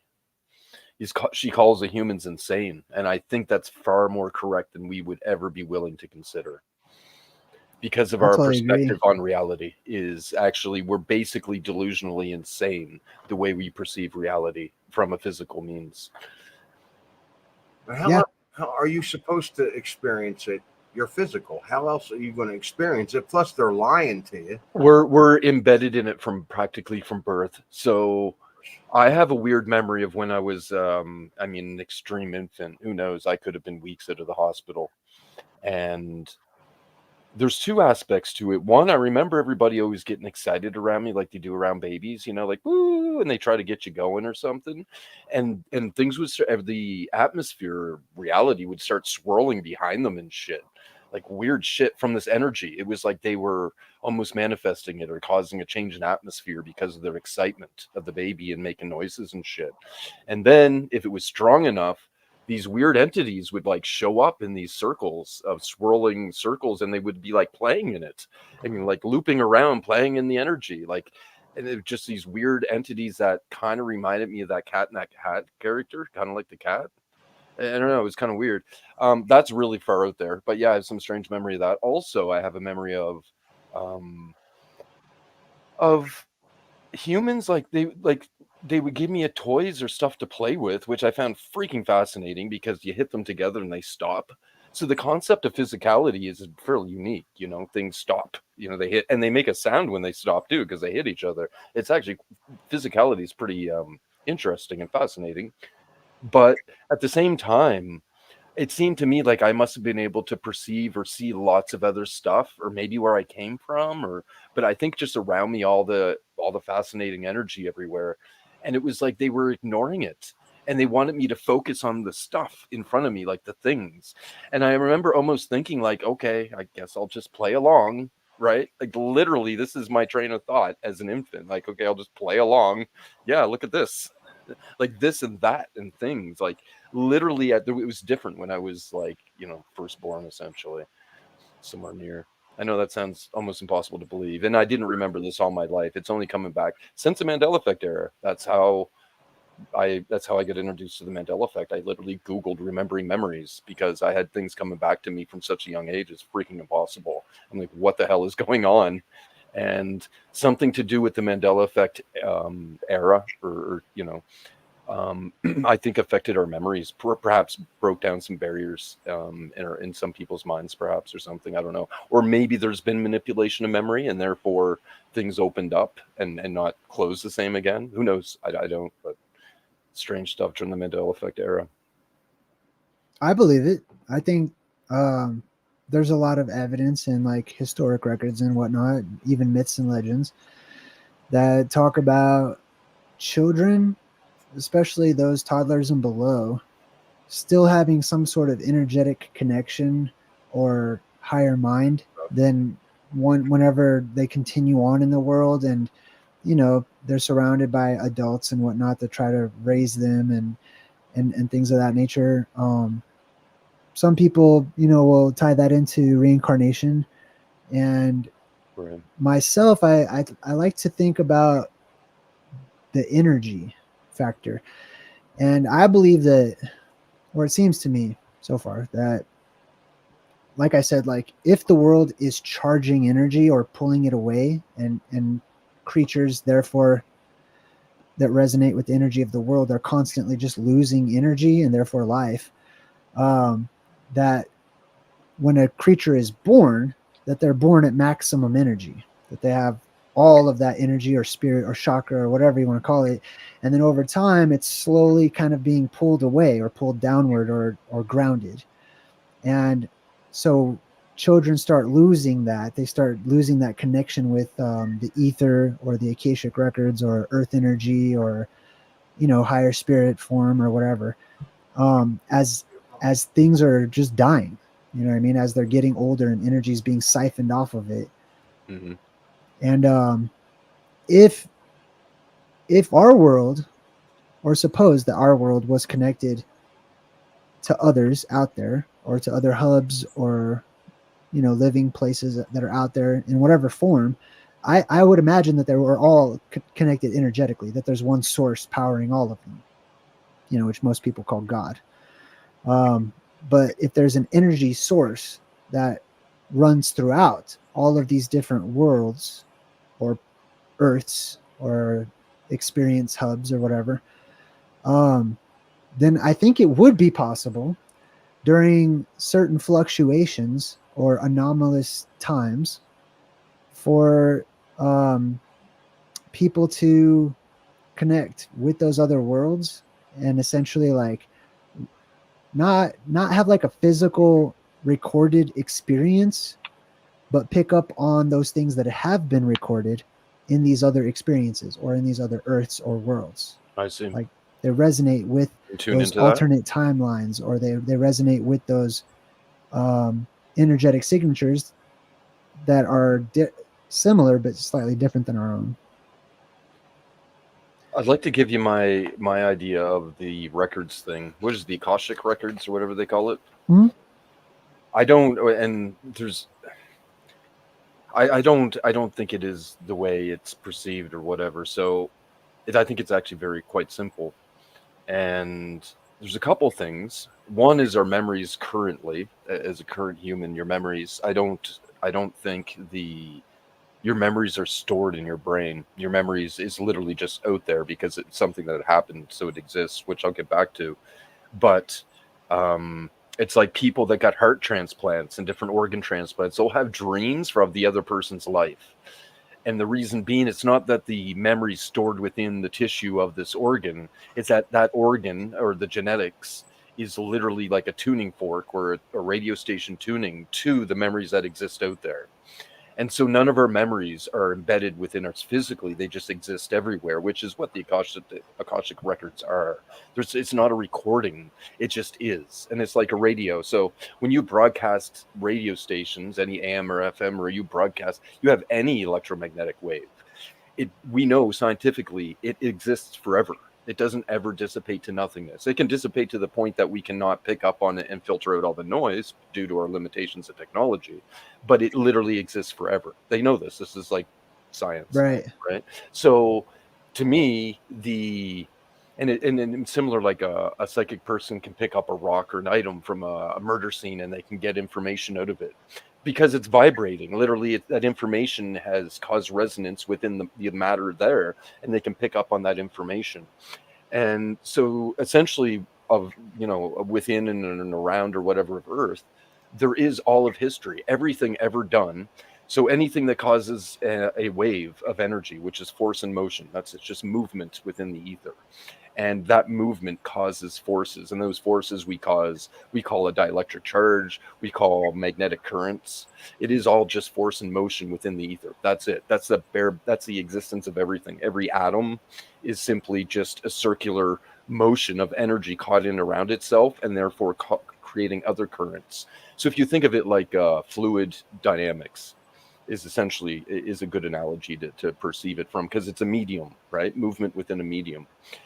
And so the Akashic records is like, so everything that was ever, every light that was ever given off, which would include the light given off from your consciousness, every movement, every sound, every thought literally creates waves that has information. Now the information realm is like the heebie-jeebie part. It's like explaining consciousness. Like, I don't know, dude. It just seems to be there, right? To explain is probably beyond anything we can perceive anyhow. But the waves, the carrier waves of that information is very technical and very scientific in nature, or viewable and whatnot, observable in through technological means. And basically what I'm getting at is everything that ever was, everything that everyone ever said, thought, did, every energy, every flame of fire, every cough, every sound, everything exists forever. Yeah. So in theory, you could tune into it and view it again. Yes. And Just like a radio. You just have to match the frequency.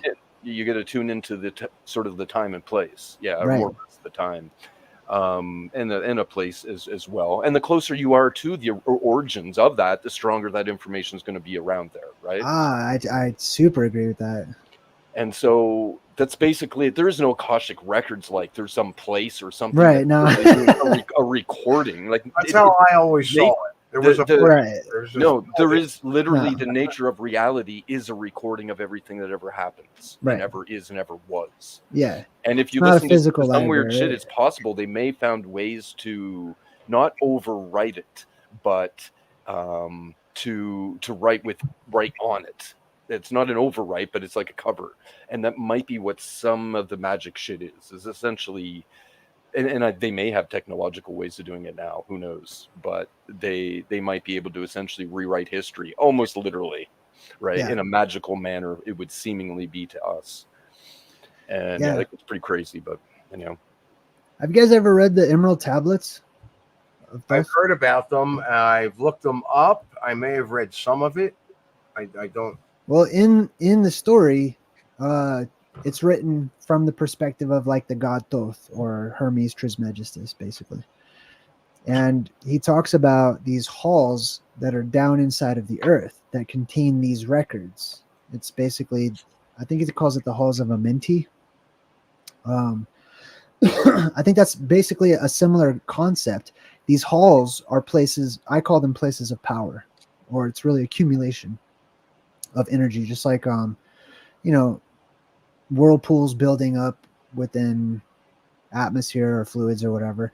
It's just a conglomerate of energy, of waveforms that all get together, and therefore they amplify the waveforms of the person or their spirit, etc. So when these people are within these places of power or halls or whatever, where the energy is stronger, then those people tend to be able to access the information, or the waveform patterns or whatever, basically information, easier. It just comes easier to them because they resonate naturally with it.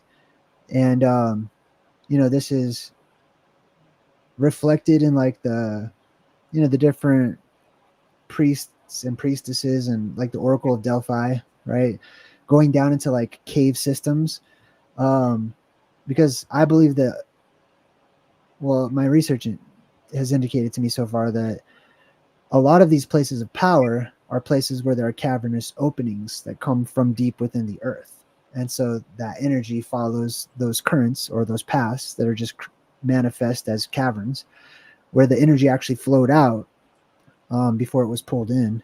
And so the people just went down into those areas and resonated. And that also might help to explain why various government organizations and private organizations and stuff don't want people like going into caves and especially touching them. They don't want to, like, I was going to go on a freaking cave tour one time, and they're like, don't touch the wall. Your oil on your finger might destroy the stalactites. I'm like, it's a cave. What are you talking about? It's a freaking cave, dude. I've always assumed there's a few of them around. keeping you out of the cave because they don't want you to run into Bigfoot. Well, I mean, so I totally think that, like I said, there's otherworldly creatures that we could just call monsters, cryptids, or whatever you want to, that we're not familiar with, that are alien to us, that do live down inside of the earth. And there's different kinds. Not all of them are scary man-eating creatures, but regardless, they're alien enough that most commonly the reaction would be fear, because people are afraid of what they don't understand. And so you go down into those places and you're exposed to, Bigfoot, like new realities. Skinwalker. Bigfoot, one of them, yeah. One of many. No, I was talking to a guy it was early 2017 during Mandela Effect period, when there's a bunch of groups getting together on the internet, and he was from Ohio, and it's a country guy, really a go-getter in life in many ways, but of course he did his fair share of camping and all that stuff.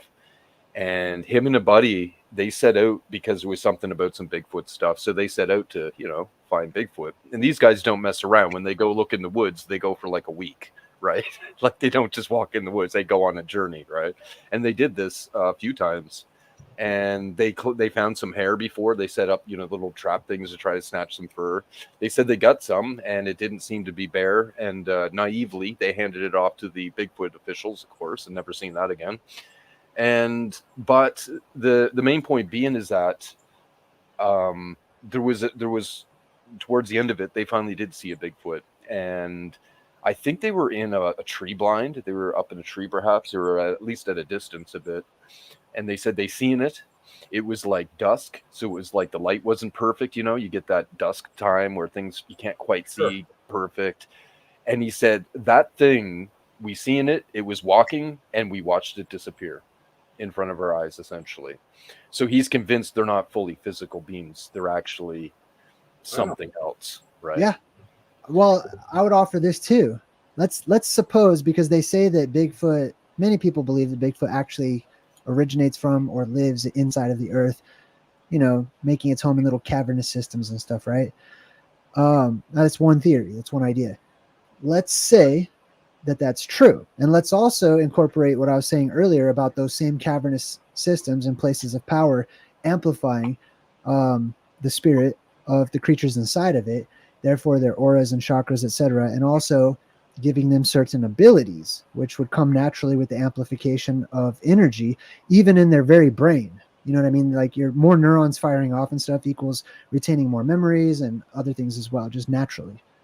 So let's say that you have these Bigfoot creatures, people, or whatever they are, that live inside of these places, and let's say that their auras or spirits or brains or whatever it is amplified energetically, and they take that with them. I imagine it would dissipate more the longer they stay out on the surface, but they would return back inside.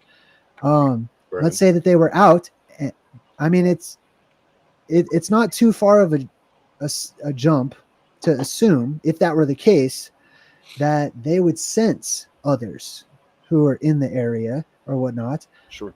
And I mean, this ventures more in our modern world into fiction and whatnot, but you know, like we were talking about originally with the world being magic and people just not understanding where that magic comes from or why it is what it is or how it does what it does.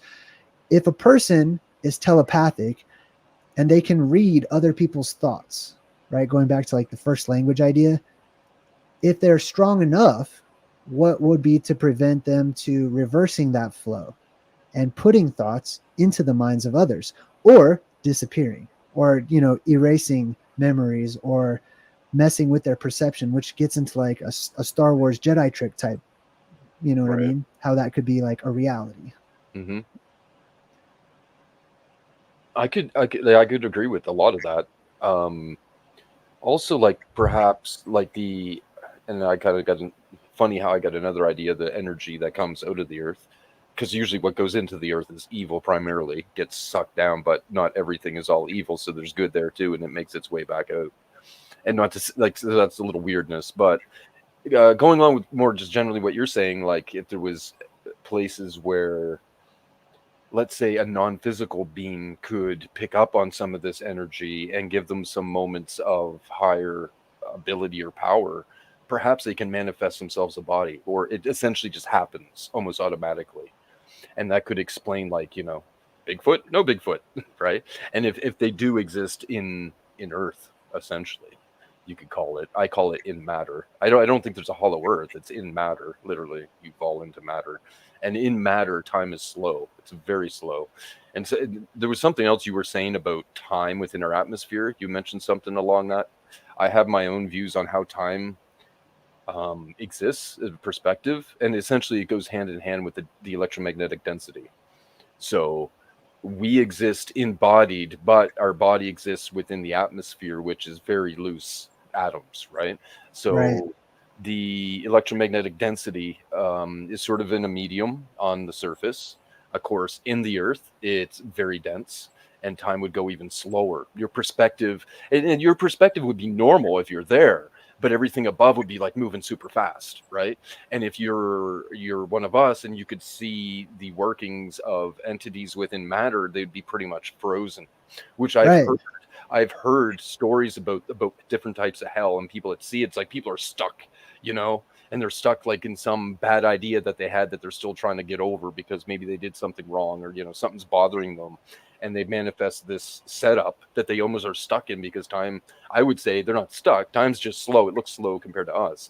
And then on the other hand, and up to the more into the different levels of heavens, that would be even faster. Whereas we would be going slow, right? And then perhaps to the point that you're pretty much, if you're fully non-embodied, the amount of magnetic currents that you have is almost nothing. You're pretty much entirely dielectric, which means you're almost outside of time, which becomes something that I can't even really perceive, right? Like, I don't know, but it would be almost like a next level thing to be pretty much entirely outside of time. And not entirely, but very close, very close. And that's like ghosts and things, right? They can't move things much, but they do sometimes. But it takes a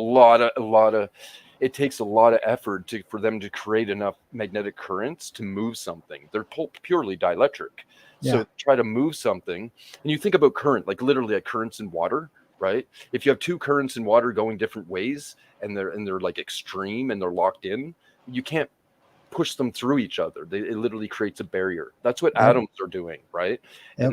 And it would be similar like our bodies. Our bodies, it's why we can't walk through walls. But if we were totally just dielectric, well, of course we can walk through a wall because there's nothing interfering. There's no electromagnetic repulsion. Like literally not. Right. You just walk through a wall, right? It doesn't matter. Yeah. I've been watching a channel. Time, right? I've been watching a channel where this couple lives in this house and there's an entity in their house and it moves shit. As a matter of fact, the girl was cooking sausages and when she picked up one of them, it just took off. And she's like, what? Wow. And they have cameras in their house because of this. So the next scene is this guy sitting there reading a book and a sausage hits him. I mean, I know that sounds funny, but I mean, and I'm like, well, is this fixed? No, they actually, there are videos where there's a big spark of light coming out of the ceiling and a cross falls from the ceiling. Right. So I really appreciate what Noble was saying earlier about being critical, right? So to critique things and to take whatever resonates. But I also like to believe, because, as we were talking about in that deep philosophic conversation earlier about all things kind of resonating and all existing all at once, etc., that there's nothing that's just random or by chance or whatnot. Even a goofy fake video that's clearly just set up. Let's say somebody like faked that sausage throwing video or whatever. To me, I still sense that there is like an element of truth there, that there's something there. So like poltergeists are, my brother was a professional like ghost hunter. I don't know what he calls it, but he talked to me a lot about the different poltergeists and whatnot. And for me, I take what I've learned from him about ghosts and entities and spirits and stuff like that energetically, and I combine that with my own research of plasma physics and electromagnetics and whatnot, and I can see that there seems to be a correlation there between the two. Just like Noble earlier was saying, like that energy would have to build up in order to like move an object, right? That we deal with energetic forces all the time, and they're all around us in different forms. We create some, or we manipulate the existing energy and we feel like we've created it. And we make inventions and stuff like that to manipulate those waves and those energies or whatever. But there's natural consequences to the energies that exist in what we call now, which are waves and echoes, basically. And sometimes those manifest as like ghosts, poltergeists, or whatnot. In different places, you'll have different signs of electromagnetics, like lights flickering. You know what I mean? If a light flickers, some people will swear that's a spirit of a person, and the person has a name and they dress a certain way and this and that. Could be a signature there for something like that. But at the very least, I would agree that there's electromagnetics, or an influx of electromagnetic activity that is in that area for some reason, possibly with the association of like where they are geographically. You know what I mean? If the earth is actually producing power, then you would have all these little anomalous vortices and stuff all over the place. Which also makes sense, like why people see certain ghost sightings, or some places are haunted more than others. You know what I mean? Like Indian burial grounds and catacombs and stuff like that.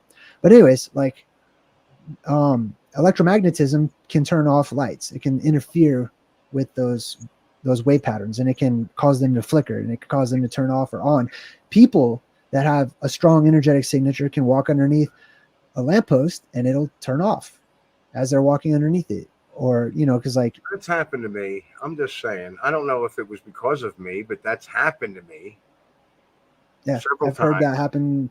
Many people have told me that that's happened to them, and I've noticed it a lot. There was one I knew was going to turn off, to the point where I'm like, does this have a camera? Like, I was checking it.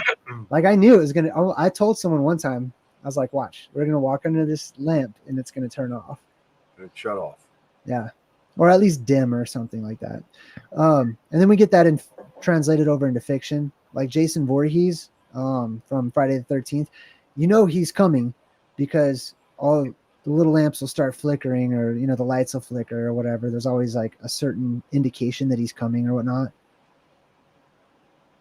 Hey, Jay. Yeah. You want to hear sort of a first-hand story? Yeah. So I'll call it good information, as much as you want to believe me or my memory, I guess, as well. When I was, again, very young, and again, I never remembered this until more recent years of my life, when I had a chance to not work every day, and actually sit down and chill for long extended periods of time. And that's one of the things. They keep us busy spinning, right? Work, pay bills, and you don't get it. You don't know anything, or you don't experience much. My family or my parents had moved into the city one particular year. So that's what's kind of interesting. I know exactly what year it was, right? We lived in this duplex in the city, and it was kind of like a shitty part of town, probably has history, probably got a bunch of occultists living all around the area. Who knows, right? Like, it's just kind of cruddy. And I was, let's say, I wasn't in school yet by a good little bit. So probably 3 or 4 years old. And my sister was born already. She's 2 years or 2.5 years below me, younger than me. And she was already on her 2 feet, or damn near. And I would lay there. I have memory of laying there at night multiple times, laying there at night trying to go to sleep. And you can kind of see with your mind, right, in a way. And out of the walls, like this like smoky mist would seep, and it's seeking me. It's seeking to get me. It's evil, but it's not entity per se. There is sort of like information there, and perhaps like maybe it comes from entities, right? But it's just bad energy, like dark energy. And when it gets to you, you get paralyzed, and you feel like you're going to suffocate. It's really bad, and you have to fight to get away from it. Or, in my case, perhaps, hopefully many, and mind you, I think that's exactly what crib death is. Actually, it's the babies that didn't survive this encounter, these types of encounters, and because you get paralyzed, you can't breathe, right? And and I literally had what I view as a guardian angel. When we were young, we called them our imaginary friends, because that's the way our parents probably demanded we referred to them, or how they characterized the situation, our imaginary friends. And I also had an advantage because I had a sister that was a couple of years younger. I literally could communicate with her. I remember over those years, like, she would be saying things and I would have to communicate the baby babble to my parents. So she had legit meaning behind all the sounds and shit, right? There was actually information there. It just wasn't in English, So I had essentially a guardian angel that would come and save me from this suffocation feeling that I think only really got to me once or twice all the way. But also at times there would be some sort of evil entities that would come and into my room, and I don't know what they look like visually. I know that they had humanoidish form, and that's about it. And I don't think I've seen them with my eyes. I could see them with my mind eyes, but they would essentially, what you could say, tease me. I mean, that's the way we would say it as adults, but they would fuck with me, and they would literally, it seemed like they were feeding off my fear, like directly, in a weird man, like, that's weird as that is, they were directly feeding off my fear. And again, I would call, and I can't remember his name, and it was a he, my friend, and he would come and get rid of them. And it was pretty crazy because they would know he's on his way. They would know he's coming. And some of them, as soon as that triggered to happen, that they would be gone, scared to hell.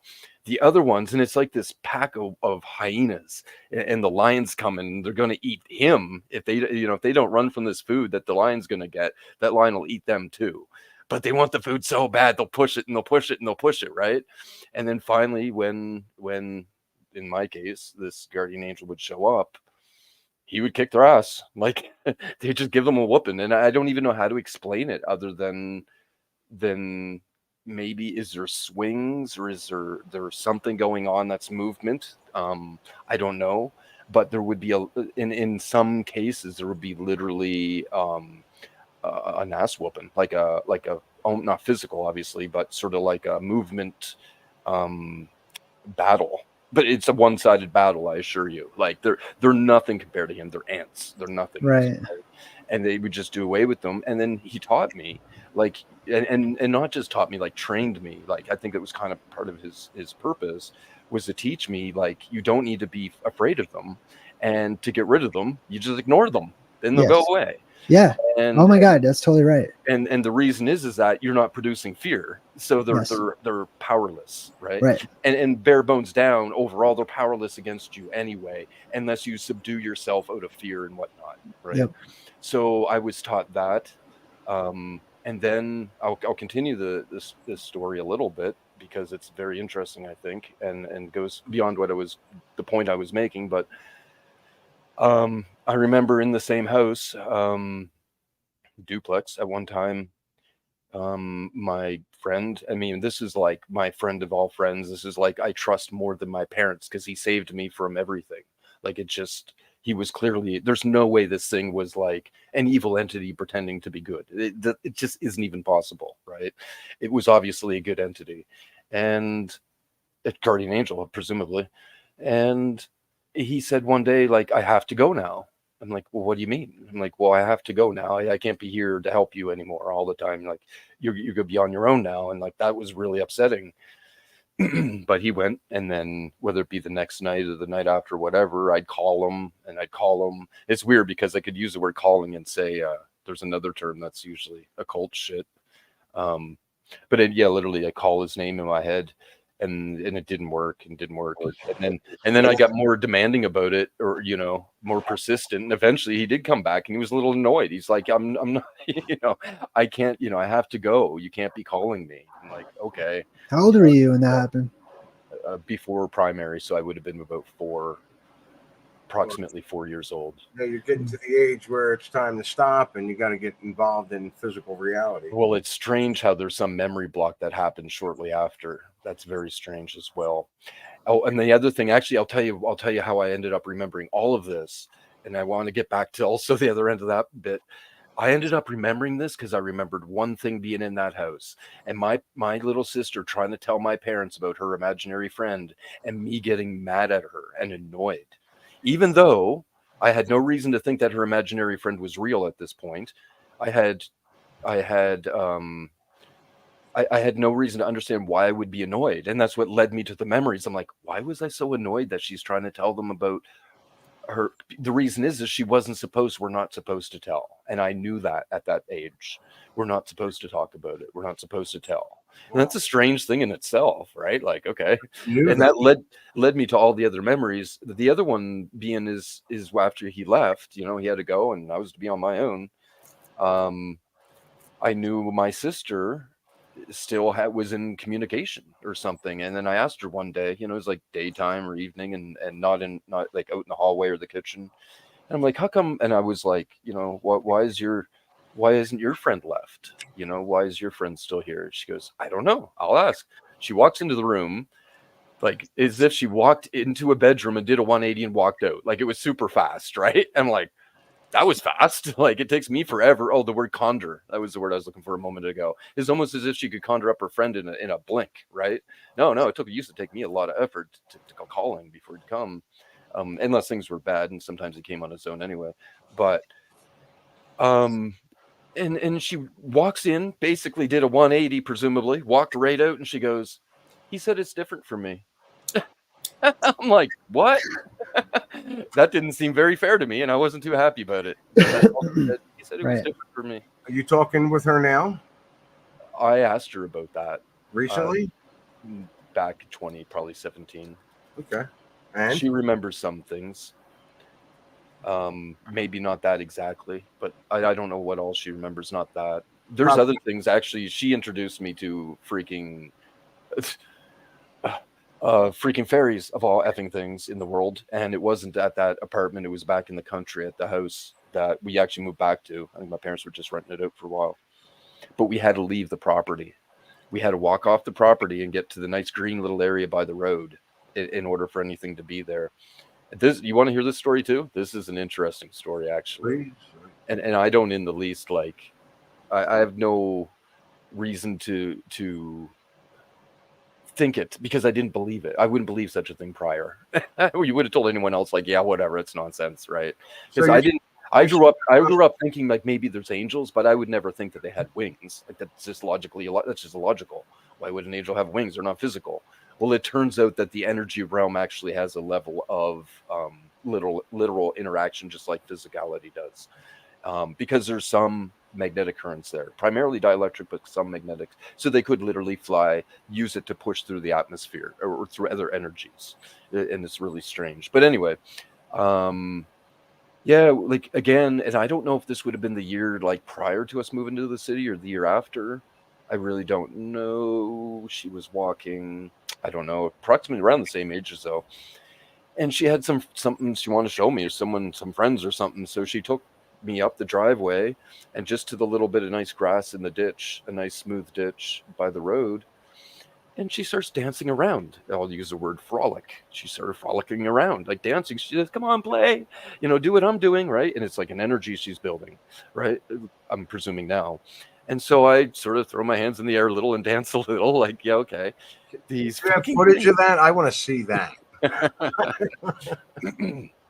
These things, I didn't remember any of this all my life until recent years. These things, she remembers this. She remembers this stuff to an extent, because she remembers after things changed, she was going to the backyard after I wouldn't allow her up front no more, and she was meeting things back by the flowers and just the beginning of the woods.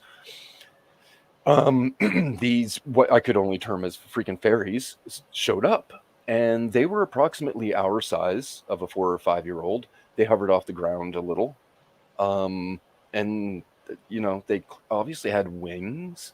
I don't remember fully what they looked like physically, but they certainly were humanoidish and a sort of typical fairy thing. Only, I think, compared to some things that you see on the internet, they're larger. They're not like little teeny tiny Tinkerbells. These are like full size fairies, right? And I don't know what I was thinking at the time. It's kind of interesting. But then, so what had happened right away is, since I was there, some of them would want to sort of play with me or take my attention away from my sister. And I noticed this happening a bit. And then they were like surrounding her and like whispering into her head, or like into her, like multiples of them, like surrounding her. And I thought it was freaking weird and stuff. And I don't know if that was happening right away, but I could tell there was like some weirdness going on where they were trying to like take me away from my sister or manipulate what I was doing, like pull me away, and in an attention manner. And I thought things were kind of weird. And then I'd hear my mom calling. Well, we're not supposed to be off the property, right? And I hear my mom's voice calling. I'd be like, oh shit. And so what I did, I'd run down the driveway beside ours. And there's like, let's say between 15 and 20 feet of trees, like mini woods, literally. And so I could go down, and the closer I got to where the two houses were side by side, the trees were thinner and a little closer houses with the driveways. So I went halfway down our neighbor's driveway, and I looked at the front door where my mom would be standing and yelling, calling our names, right? Because I don't want her to see me off the property. And I'd look, and there's no one there. I'm like, well, that's strange. And so I'd walk back up, and I'd just get back up to where there's some actions going on with these things, and I'd hear my mom's voice again. And I think it was the second or third time I went down, I looked, and she's not there. And I'm like, well, that's strange. And then I heard her voice, and I heard her calling me, and I look, and she's not there. And I'm like, well, what the hell? And then sort of at a glance or out of the corner of my eye, I see something dodge from tree to tree. And then I sort of look around, and my mom's voice is coming out of this fucking fairy that's mimicking her, right? And I'm like, what the hell? But the thing is, it isn't, the origins of the sound was not obvious. It was just sort of everywhere, right? So maybe it was in my mind, perhaps. And the strange thing about it, this thing looked at me. I'm looking at it. It's looking at me, and it calls my name in my mom's voice, still trying to deceive me when it's looking right at me. Like this is a lack of logical understanding on behalf of the entity, right? Like literally, that's what it is. Right. Like, what the hell, right? Like, Right. no, the jig's up, yo. And at Right. this point, I knew something's not right. And so I went right back up to my sister. That's when, at least at that point, they were surrounding her and like whispering shit, assumingly something that saying stuff to her. And I'm like, hey, I say her name. I'm like, we got to go. And there was no response. And I get a little bit more boisterous. I'm like, we got to go. And the entity that had its back towards me turned its head. And as it turned its head, it said, either leave us alone or go away. I can't remember which it was. But when it said this, its voice, it did not just its voice, its face turned totally demonic. Like this was not a fucking fairy anymore.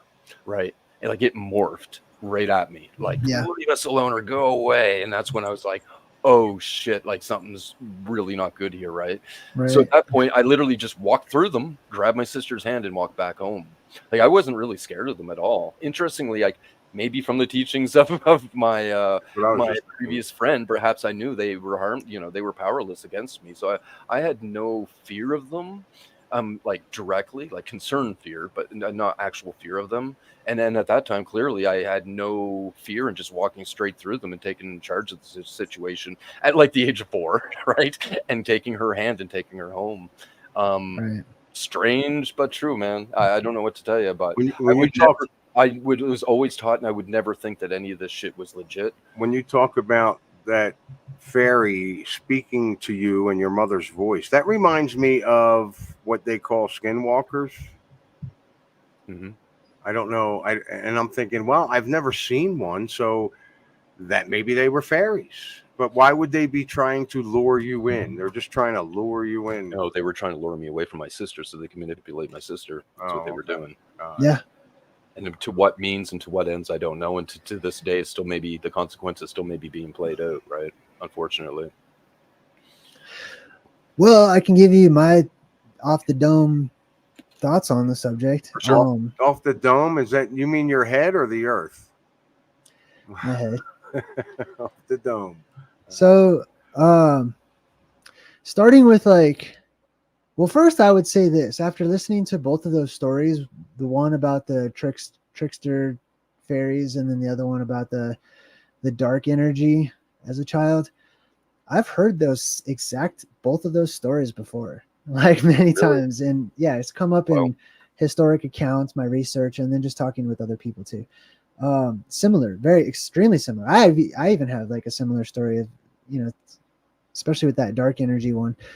But my research coincides with those types of stories. So for example, dream catchers, right? So dream catchers originally were hung over a baby's cradle, or where a baby slept.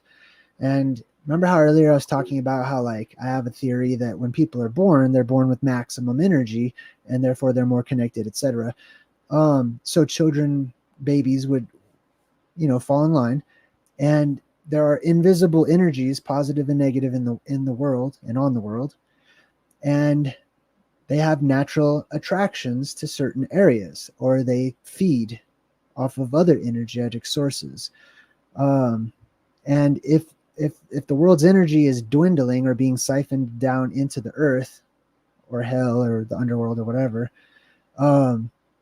then they would all be getting weaker as well. So they would need to, like, basically amplify themselves, or they would just, maybe it's not like a personal want or desire, like how we have a desire to actually eat food, but it's just a natural inclination for them. Or you could look at it like a survival instinct. So the negative ones would want to generate negative energy, or just like how we plant a seed and it grows so we can eat food, they scare people, or they're attracted to certain energies, right? Really powerful energies. So people would hang these dream catchers above the baby's crib or whatever, and that would do the trick. Like it would almost always work to keep these children from dying in the middle of the night. And what happens if we look at it, or let's suppose if we look at it from an electromagnetic perspective, if there's an influx of energy that comes and it's just naturally drawn to a powerful child or a baby or a toddler or whatever, and that child's asleep, if the physical response from being overwhelmed by that energy is to freeze up, even to the point where like their lungs stop working or whatever, they could die, right? That energy would get trapped.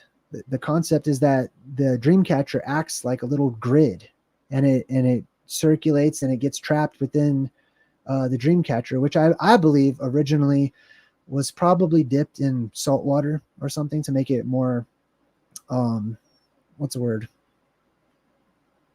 easier for electricity to follow the path. You know what I mean? Conductive. Yeah, more conductive. And so this would do the trick, and they would hang these dream catchers, you know, sometimes, and that would extend to windows and doors and places where energy can come into the home or whatever, but especially over baby cribs. And this also follows suit with what we're shown in fantasy and fiction. So for example, Monsters Inc., the Pixar movie, is a classic example of how otherworldly energies, or just energy itself, is attracted to positive and negative responses from us, which we're little generators. We can generate, you know, we can well up emotion and really generate those energies that emanate from us. Yeah, our consciousness does. Yeah. Yes, which attracts, you know, similar energies or opposite energies or whatever. So that's what I kind of see. I see two different like sort of feasting modes, and this is also why I think that like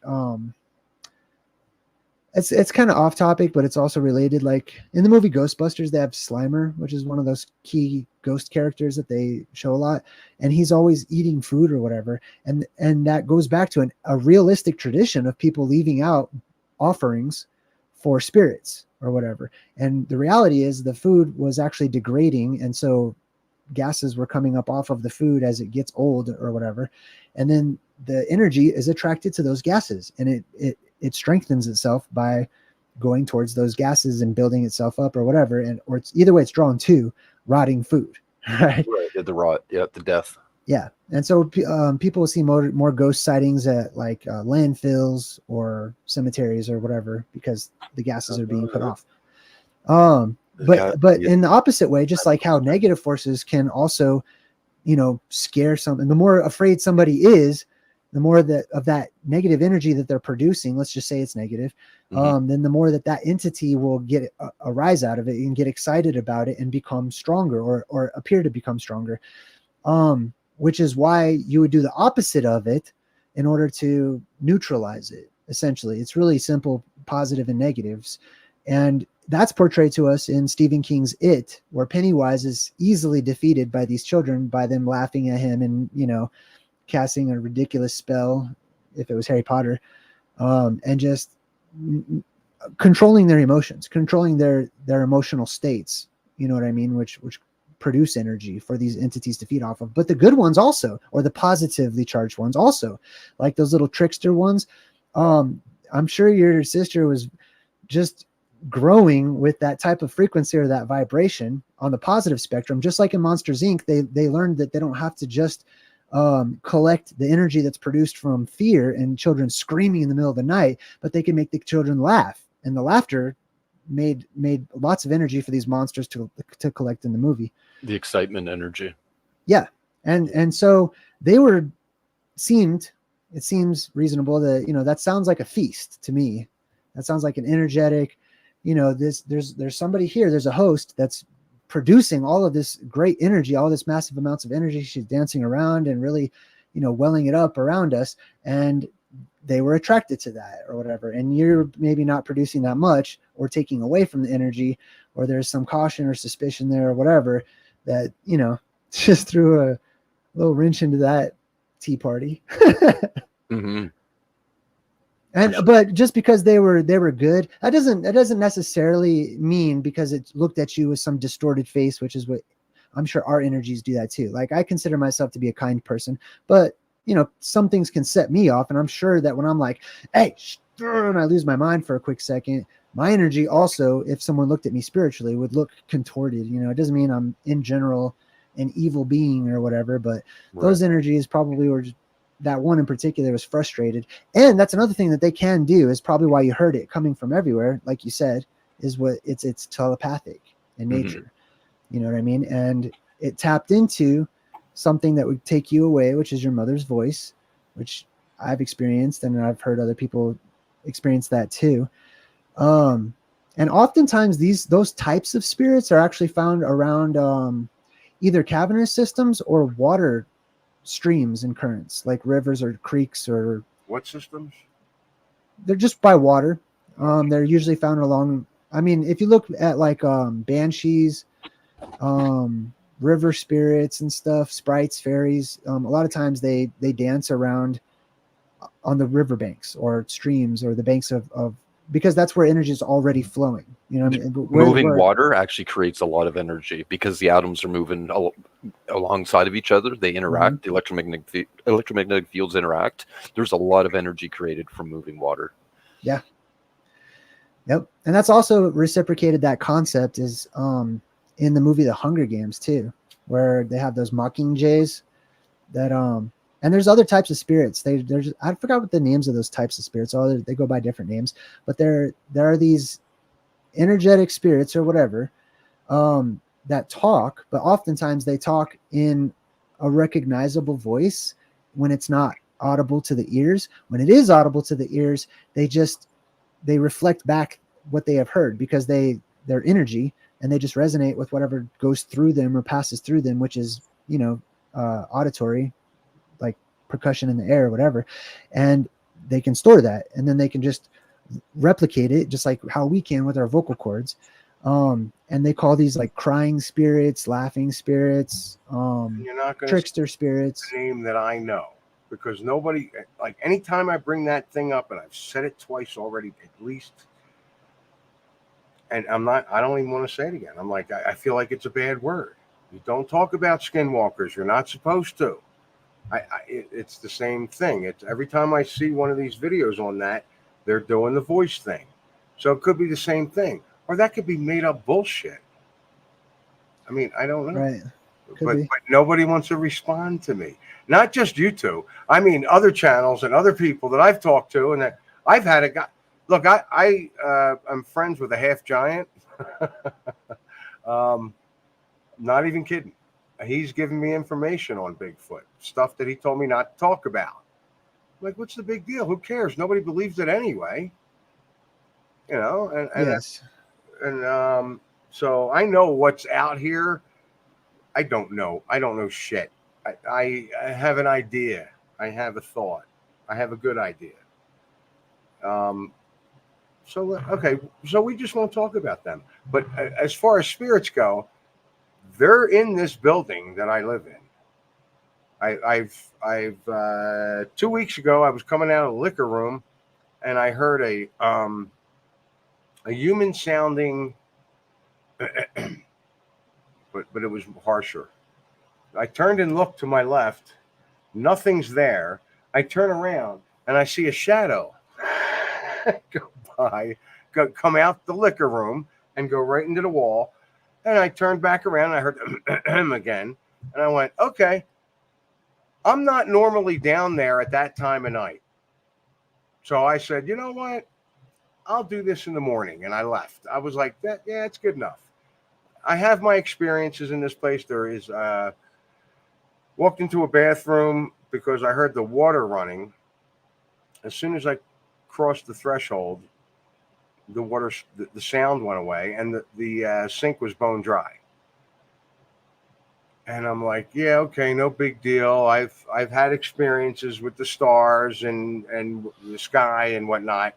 I can handle. This is early on when I was here, and I'm like, I can handle some ghosts. I turn around, I see a piece of trash on the ground. I pick it up, throw it in the trash, and I hear plain as day, thank you. I mean, and I was done. I was like, all right, I'm out of here. Psh, that's it. And they are here. I mean, they're not actually in my room. If they are, they don't bother me in here. They don't bother me at all. They bother Junior. I think Chef talks to them. I'm not even kidding. The sound of rushing water is something else that spirits commonly are described as producing. In the Bible, it actually talks about the voice of God sounding like many rushing waters. Well, I think it's static, basically. That's what I think it is. But I mean, I walked when that happened. I walked by there. It wasn't going on. right. I was in the middle of the bar making coffee at 5 in the morning. The place was pretty dark. And by the way, another thing is when I come down there and I go down there and I go to make coffee, I can hear a group of people talking. And I will say all the time, every time I go down there and it's dark, it'll be dark. If it's dark, I can hear there's a wall. So I don't know how to explain it. There's a wall there. So before you go through into the bar, you got the dining room in the back. So I'm walking through the dining room. I can hear people talking in the bar. Yeah. And, you know, there's nobody there. I'm peeking around, making the coffee. I'm like, no, there ain't nothing there. Yeah, that's the Bible also actually describes the voice of God as a murmuring crowd, or like many people talking at once. Really? I mean, it doesn't have to be like God, but you know, it's something. Electromagnetic activity. I'm going to take off because I got some stuff to do to prepare for tomorrow. It was great hanging out with both of you guys. Yeah, thanks for stopping in, man. I hope we can do this again, man. I mean, and thanks for jumping on. Sorry, I've been blowing up your phone. It's okay. I do have one thing to do before you go. I want to do one thing. Okay. It's a quick thing. Okay.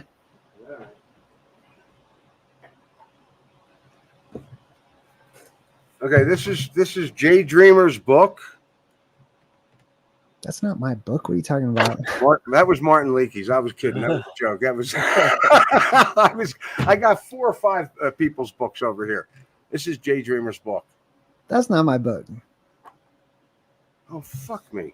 Now that was the first. My book has my name on it. The first one I did as a joke on purpose. The second one, no. Okay. Although the second one proves he smoked too much. No, this is John. What's his name? Fuck. Venezia. No, that's not actually. Oh, okay. I don't know. Channel name, but dude, maybe I started reading your book. Why can't I? It's here, guy. You do more reading than I do. That's for sure. It's a dark color. I know. I know. And the pages. You just done one book? You done a couple? Yeah. Huh? I'm formatting my second one right now. So the first one was the Plasma Apocalypse, Cliff's Notes, and then the second one is yeah, that's it right there. And then the second one is Return to Hyperborea, which is all about the mythic island at the center of the world at the North Pole, and Paradise and Garden of Eden and stuff.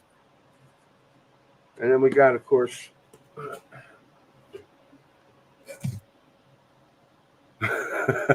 have you even touched it? Don't lie to me. I have. I've read like 20 pages so far, I think. Damn, dude, I read this thing 3, 4, or 5 times, and I had to stop.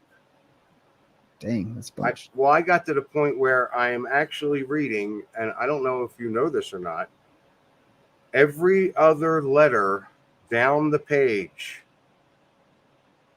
each chapter is a sentence. Yeah. Okay. It's an acrostic. Okay, yeah, so you do know.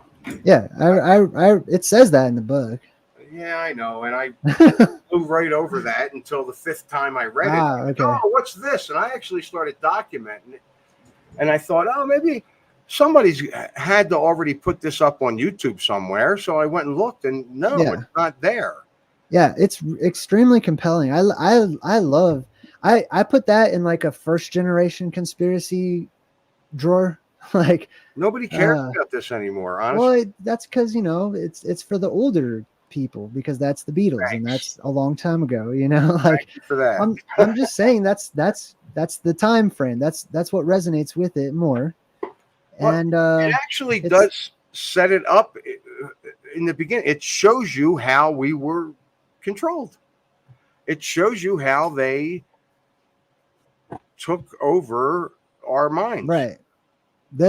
All of it is. I love all of it. Like it's just. I know you do. That's my path has taken me some other places, but the Beatles is huge. Their album covers, the symbolism, the lyrics, the hidden messages, all the strange things about, Paul switching out and all the other stuff.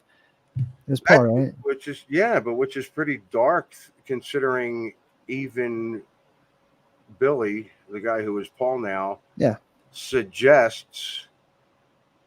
I mean, did he know? Did he know they were going to murder him? I mean, look, I'm just coming out with it. That's not what it says in the book. Yeah. Did he know they were going to murder him and he was going to take his place? No, not according to what he's saying. But did he know? I mean, damn. If he didn't know, fine, he went through the motions. He took the money. He did his thing, and he became bigger than whatever. And had to still never be himself. I mean, Unless that is himself. I'm not saying, meaning, because I'm not saying what happened was right. Believe me, by no means. Assuming the book is legit. Right. But I think that depends upon perspective, you know, right and wrong, how people see events that happened and stuff. Okay, fine. But okay, so then I would go ahead and further and say, wow, that had to be a really hard thing for him to do. Or it was really easy, or it came naturally, like second nature. Okay. I mean, you're right. It could have been. He took but I could play the devil's advocate and say, what if it wasn't? What if it's the easiest thing in the world? And there's good reason behind that.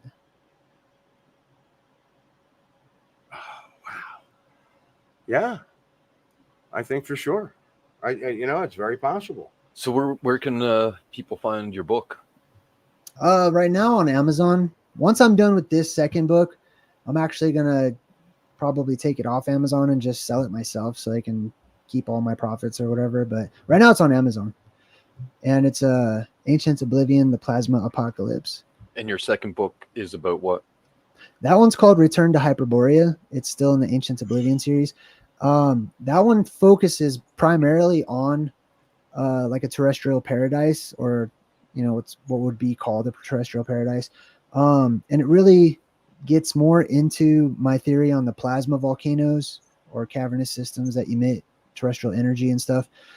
And the effects that energy has on people, and the locations of like these places of power and places where these beams of energy have come out of the earth, and how that sort of jump-started society. And that's the official, that's how time is recorded. Like, these are the events where people mark time. This is the boom. This is year zero is when this happened. And that they're cyclical. It's directly related to the plasma apocalypse, but it's more talking about our origins, or the different origins of the different types of humans, whether they be what I call the Southerners, which are people that live around, like on the continents where we live today, the Southlands, or the Northern Island at the center of the world in the Arctic. And there's also these surrounding islands too that are like mythic,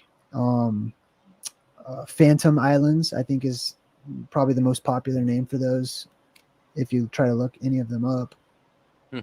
That's crazy. My TV just turned off by I itself. did everything I could to get a link up, and I can't do it. So I just popped up. Everybody go on Amazon. Yeah, my new books, man, I like it, man.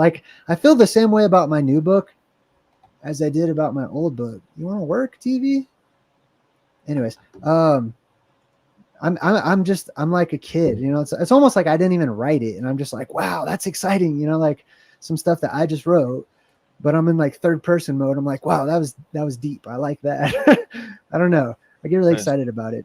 But I talk about different Phantom Islands. I've got theories about how like the Earth acts as, especially at the North Pole, but it acts as it goes between acting as a galvanic cell and an electrolytic cell, and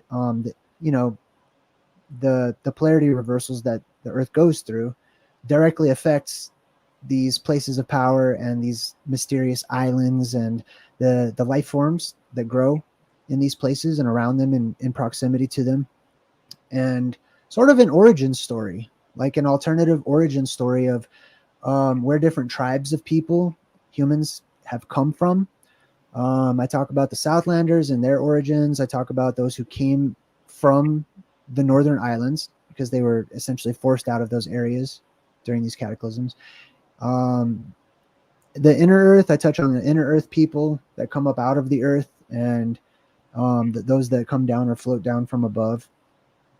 And you know, and then I start off with a real basis of like the different myths and legends of paradise, like mythic islands of immortality, and you know, central pillars or trees or world trees, or the tree of knowledge of good and evil, tree of life, etc.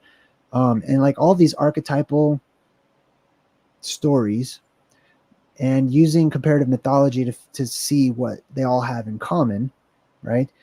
And then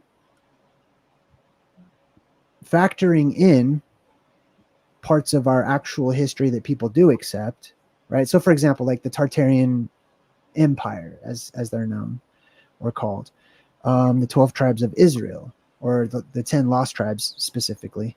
And these nomadic races that sort of mostly come from the Northern Hemisphere. Where do you think the 10 tribes disappeared to? I think that they came from the actual land of paradise, or that mythic island at the north, and that they dispersed, within their own tribal, you know, there was probably, I don't know if 12 tribes would be an actual number. That's the actual number, or if that's symbolic of something. But it makes sense that there would be these different tribes. If you live on an island that's locked away, that initially is a melting pot of different races and people and stuff like that, people naturally, you know, would create their own little tribes or whatever, their own little families, their own DNA strands, or whatever, however you want to see it. Then they're kicked out of the garden, you know, to use that metaphor. They leave and they boat on over to the closest high places. You guys were talking about the high places earlier, or I saw that video. Those high places are where the tops of our mountain ranges are now. They settle on those high places, and then they start becoming nomadic and working their way around the Northern Hemisphere. So a lot of them worked their way into the existing survivors, which is the survivors in the Southland. They worked their way into those families over time. They would join their family. You know, they would meet a foreigner that they liked, boy or girl or whatever, and they would start families. And then they would become more diluted and work into the Southlands, losing their genetic identity, or, you know, sort of like, I'm just loosely saying how the story goes basically, but they were nomadic in nature, and they came down from the northern lands, and they were seen as outsiders, babblers, people with oftentimes, you know, powers or abilities or ridiculous strength in comparison, or, you know, this is like the barbarians, the Berbers, the Tartarians, etc. And they were given different names based on regional dialects, and I don't know, I'm getting tired now, but you know what I mean? Like different places grow in their different ways or whatever. But that's pretty much what it's all about. And then I really like, I mean, that actually trickled into like the my ideas on the Illuminati, the Masons, the Freemasons, etc., and how like those surviving family members over time preserved this whole secret of, you know, places of power and paradise and the apocalypse and stuff like that. But my favorite part of the book is talking about these phantom islands that I call the anode and cathode islands, which act as anode and cathodes up there at the North Pole or whatever, and the inhabitants that live on those islands just outside of paradise too. That's my favorite part of the book so far. And we did not talk about Mount Meru at all. Are you kidding me? And this guy is John Levy on YouTube. Do you guys know John Levy? John Levi? I've seen his videos. Okay. Some of them. Yeah. I just figured I'd throw that out there. Jay, thanks incredibly for jumping on. No problem. I'm gonna go relax and play Fallout and chill and reset my energy. It's time for me to chill too. Yeah, kidding me? Yeah, All right, it was good talking to you guys. Have a good night. Yeah. Maybe we can do it again sometime. All right, so we'll just say good night and get out of here. Okay. I could shout everybody out, but you know what? I'll see you next time. All right. Good night, everyone.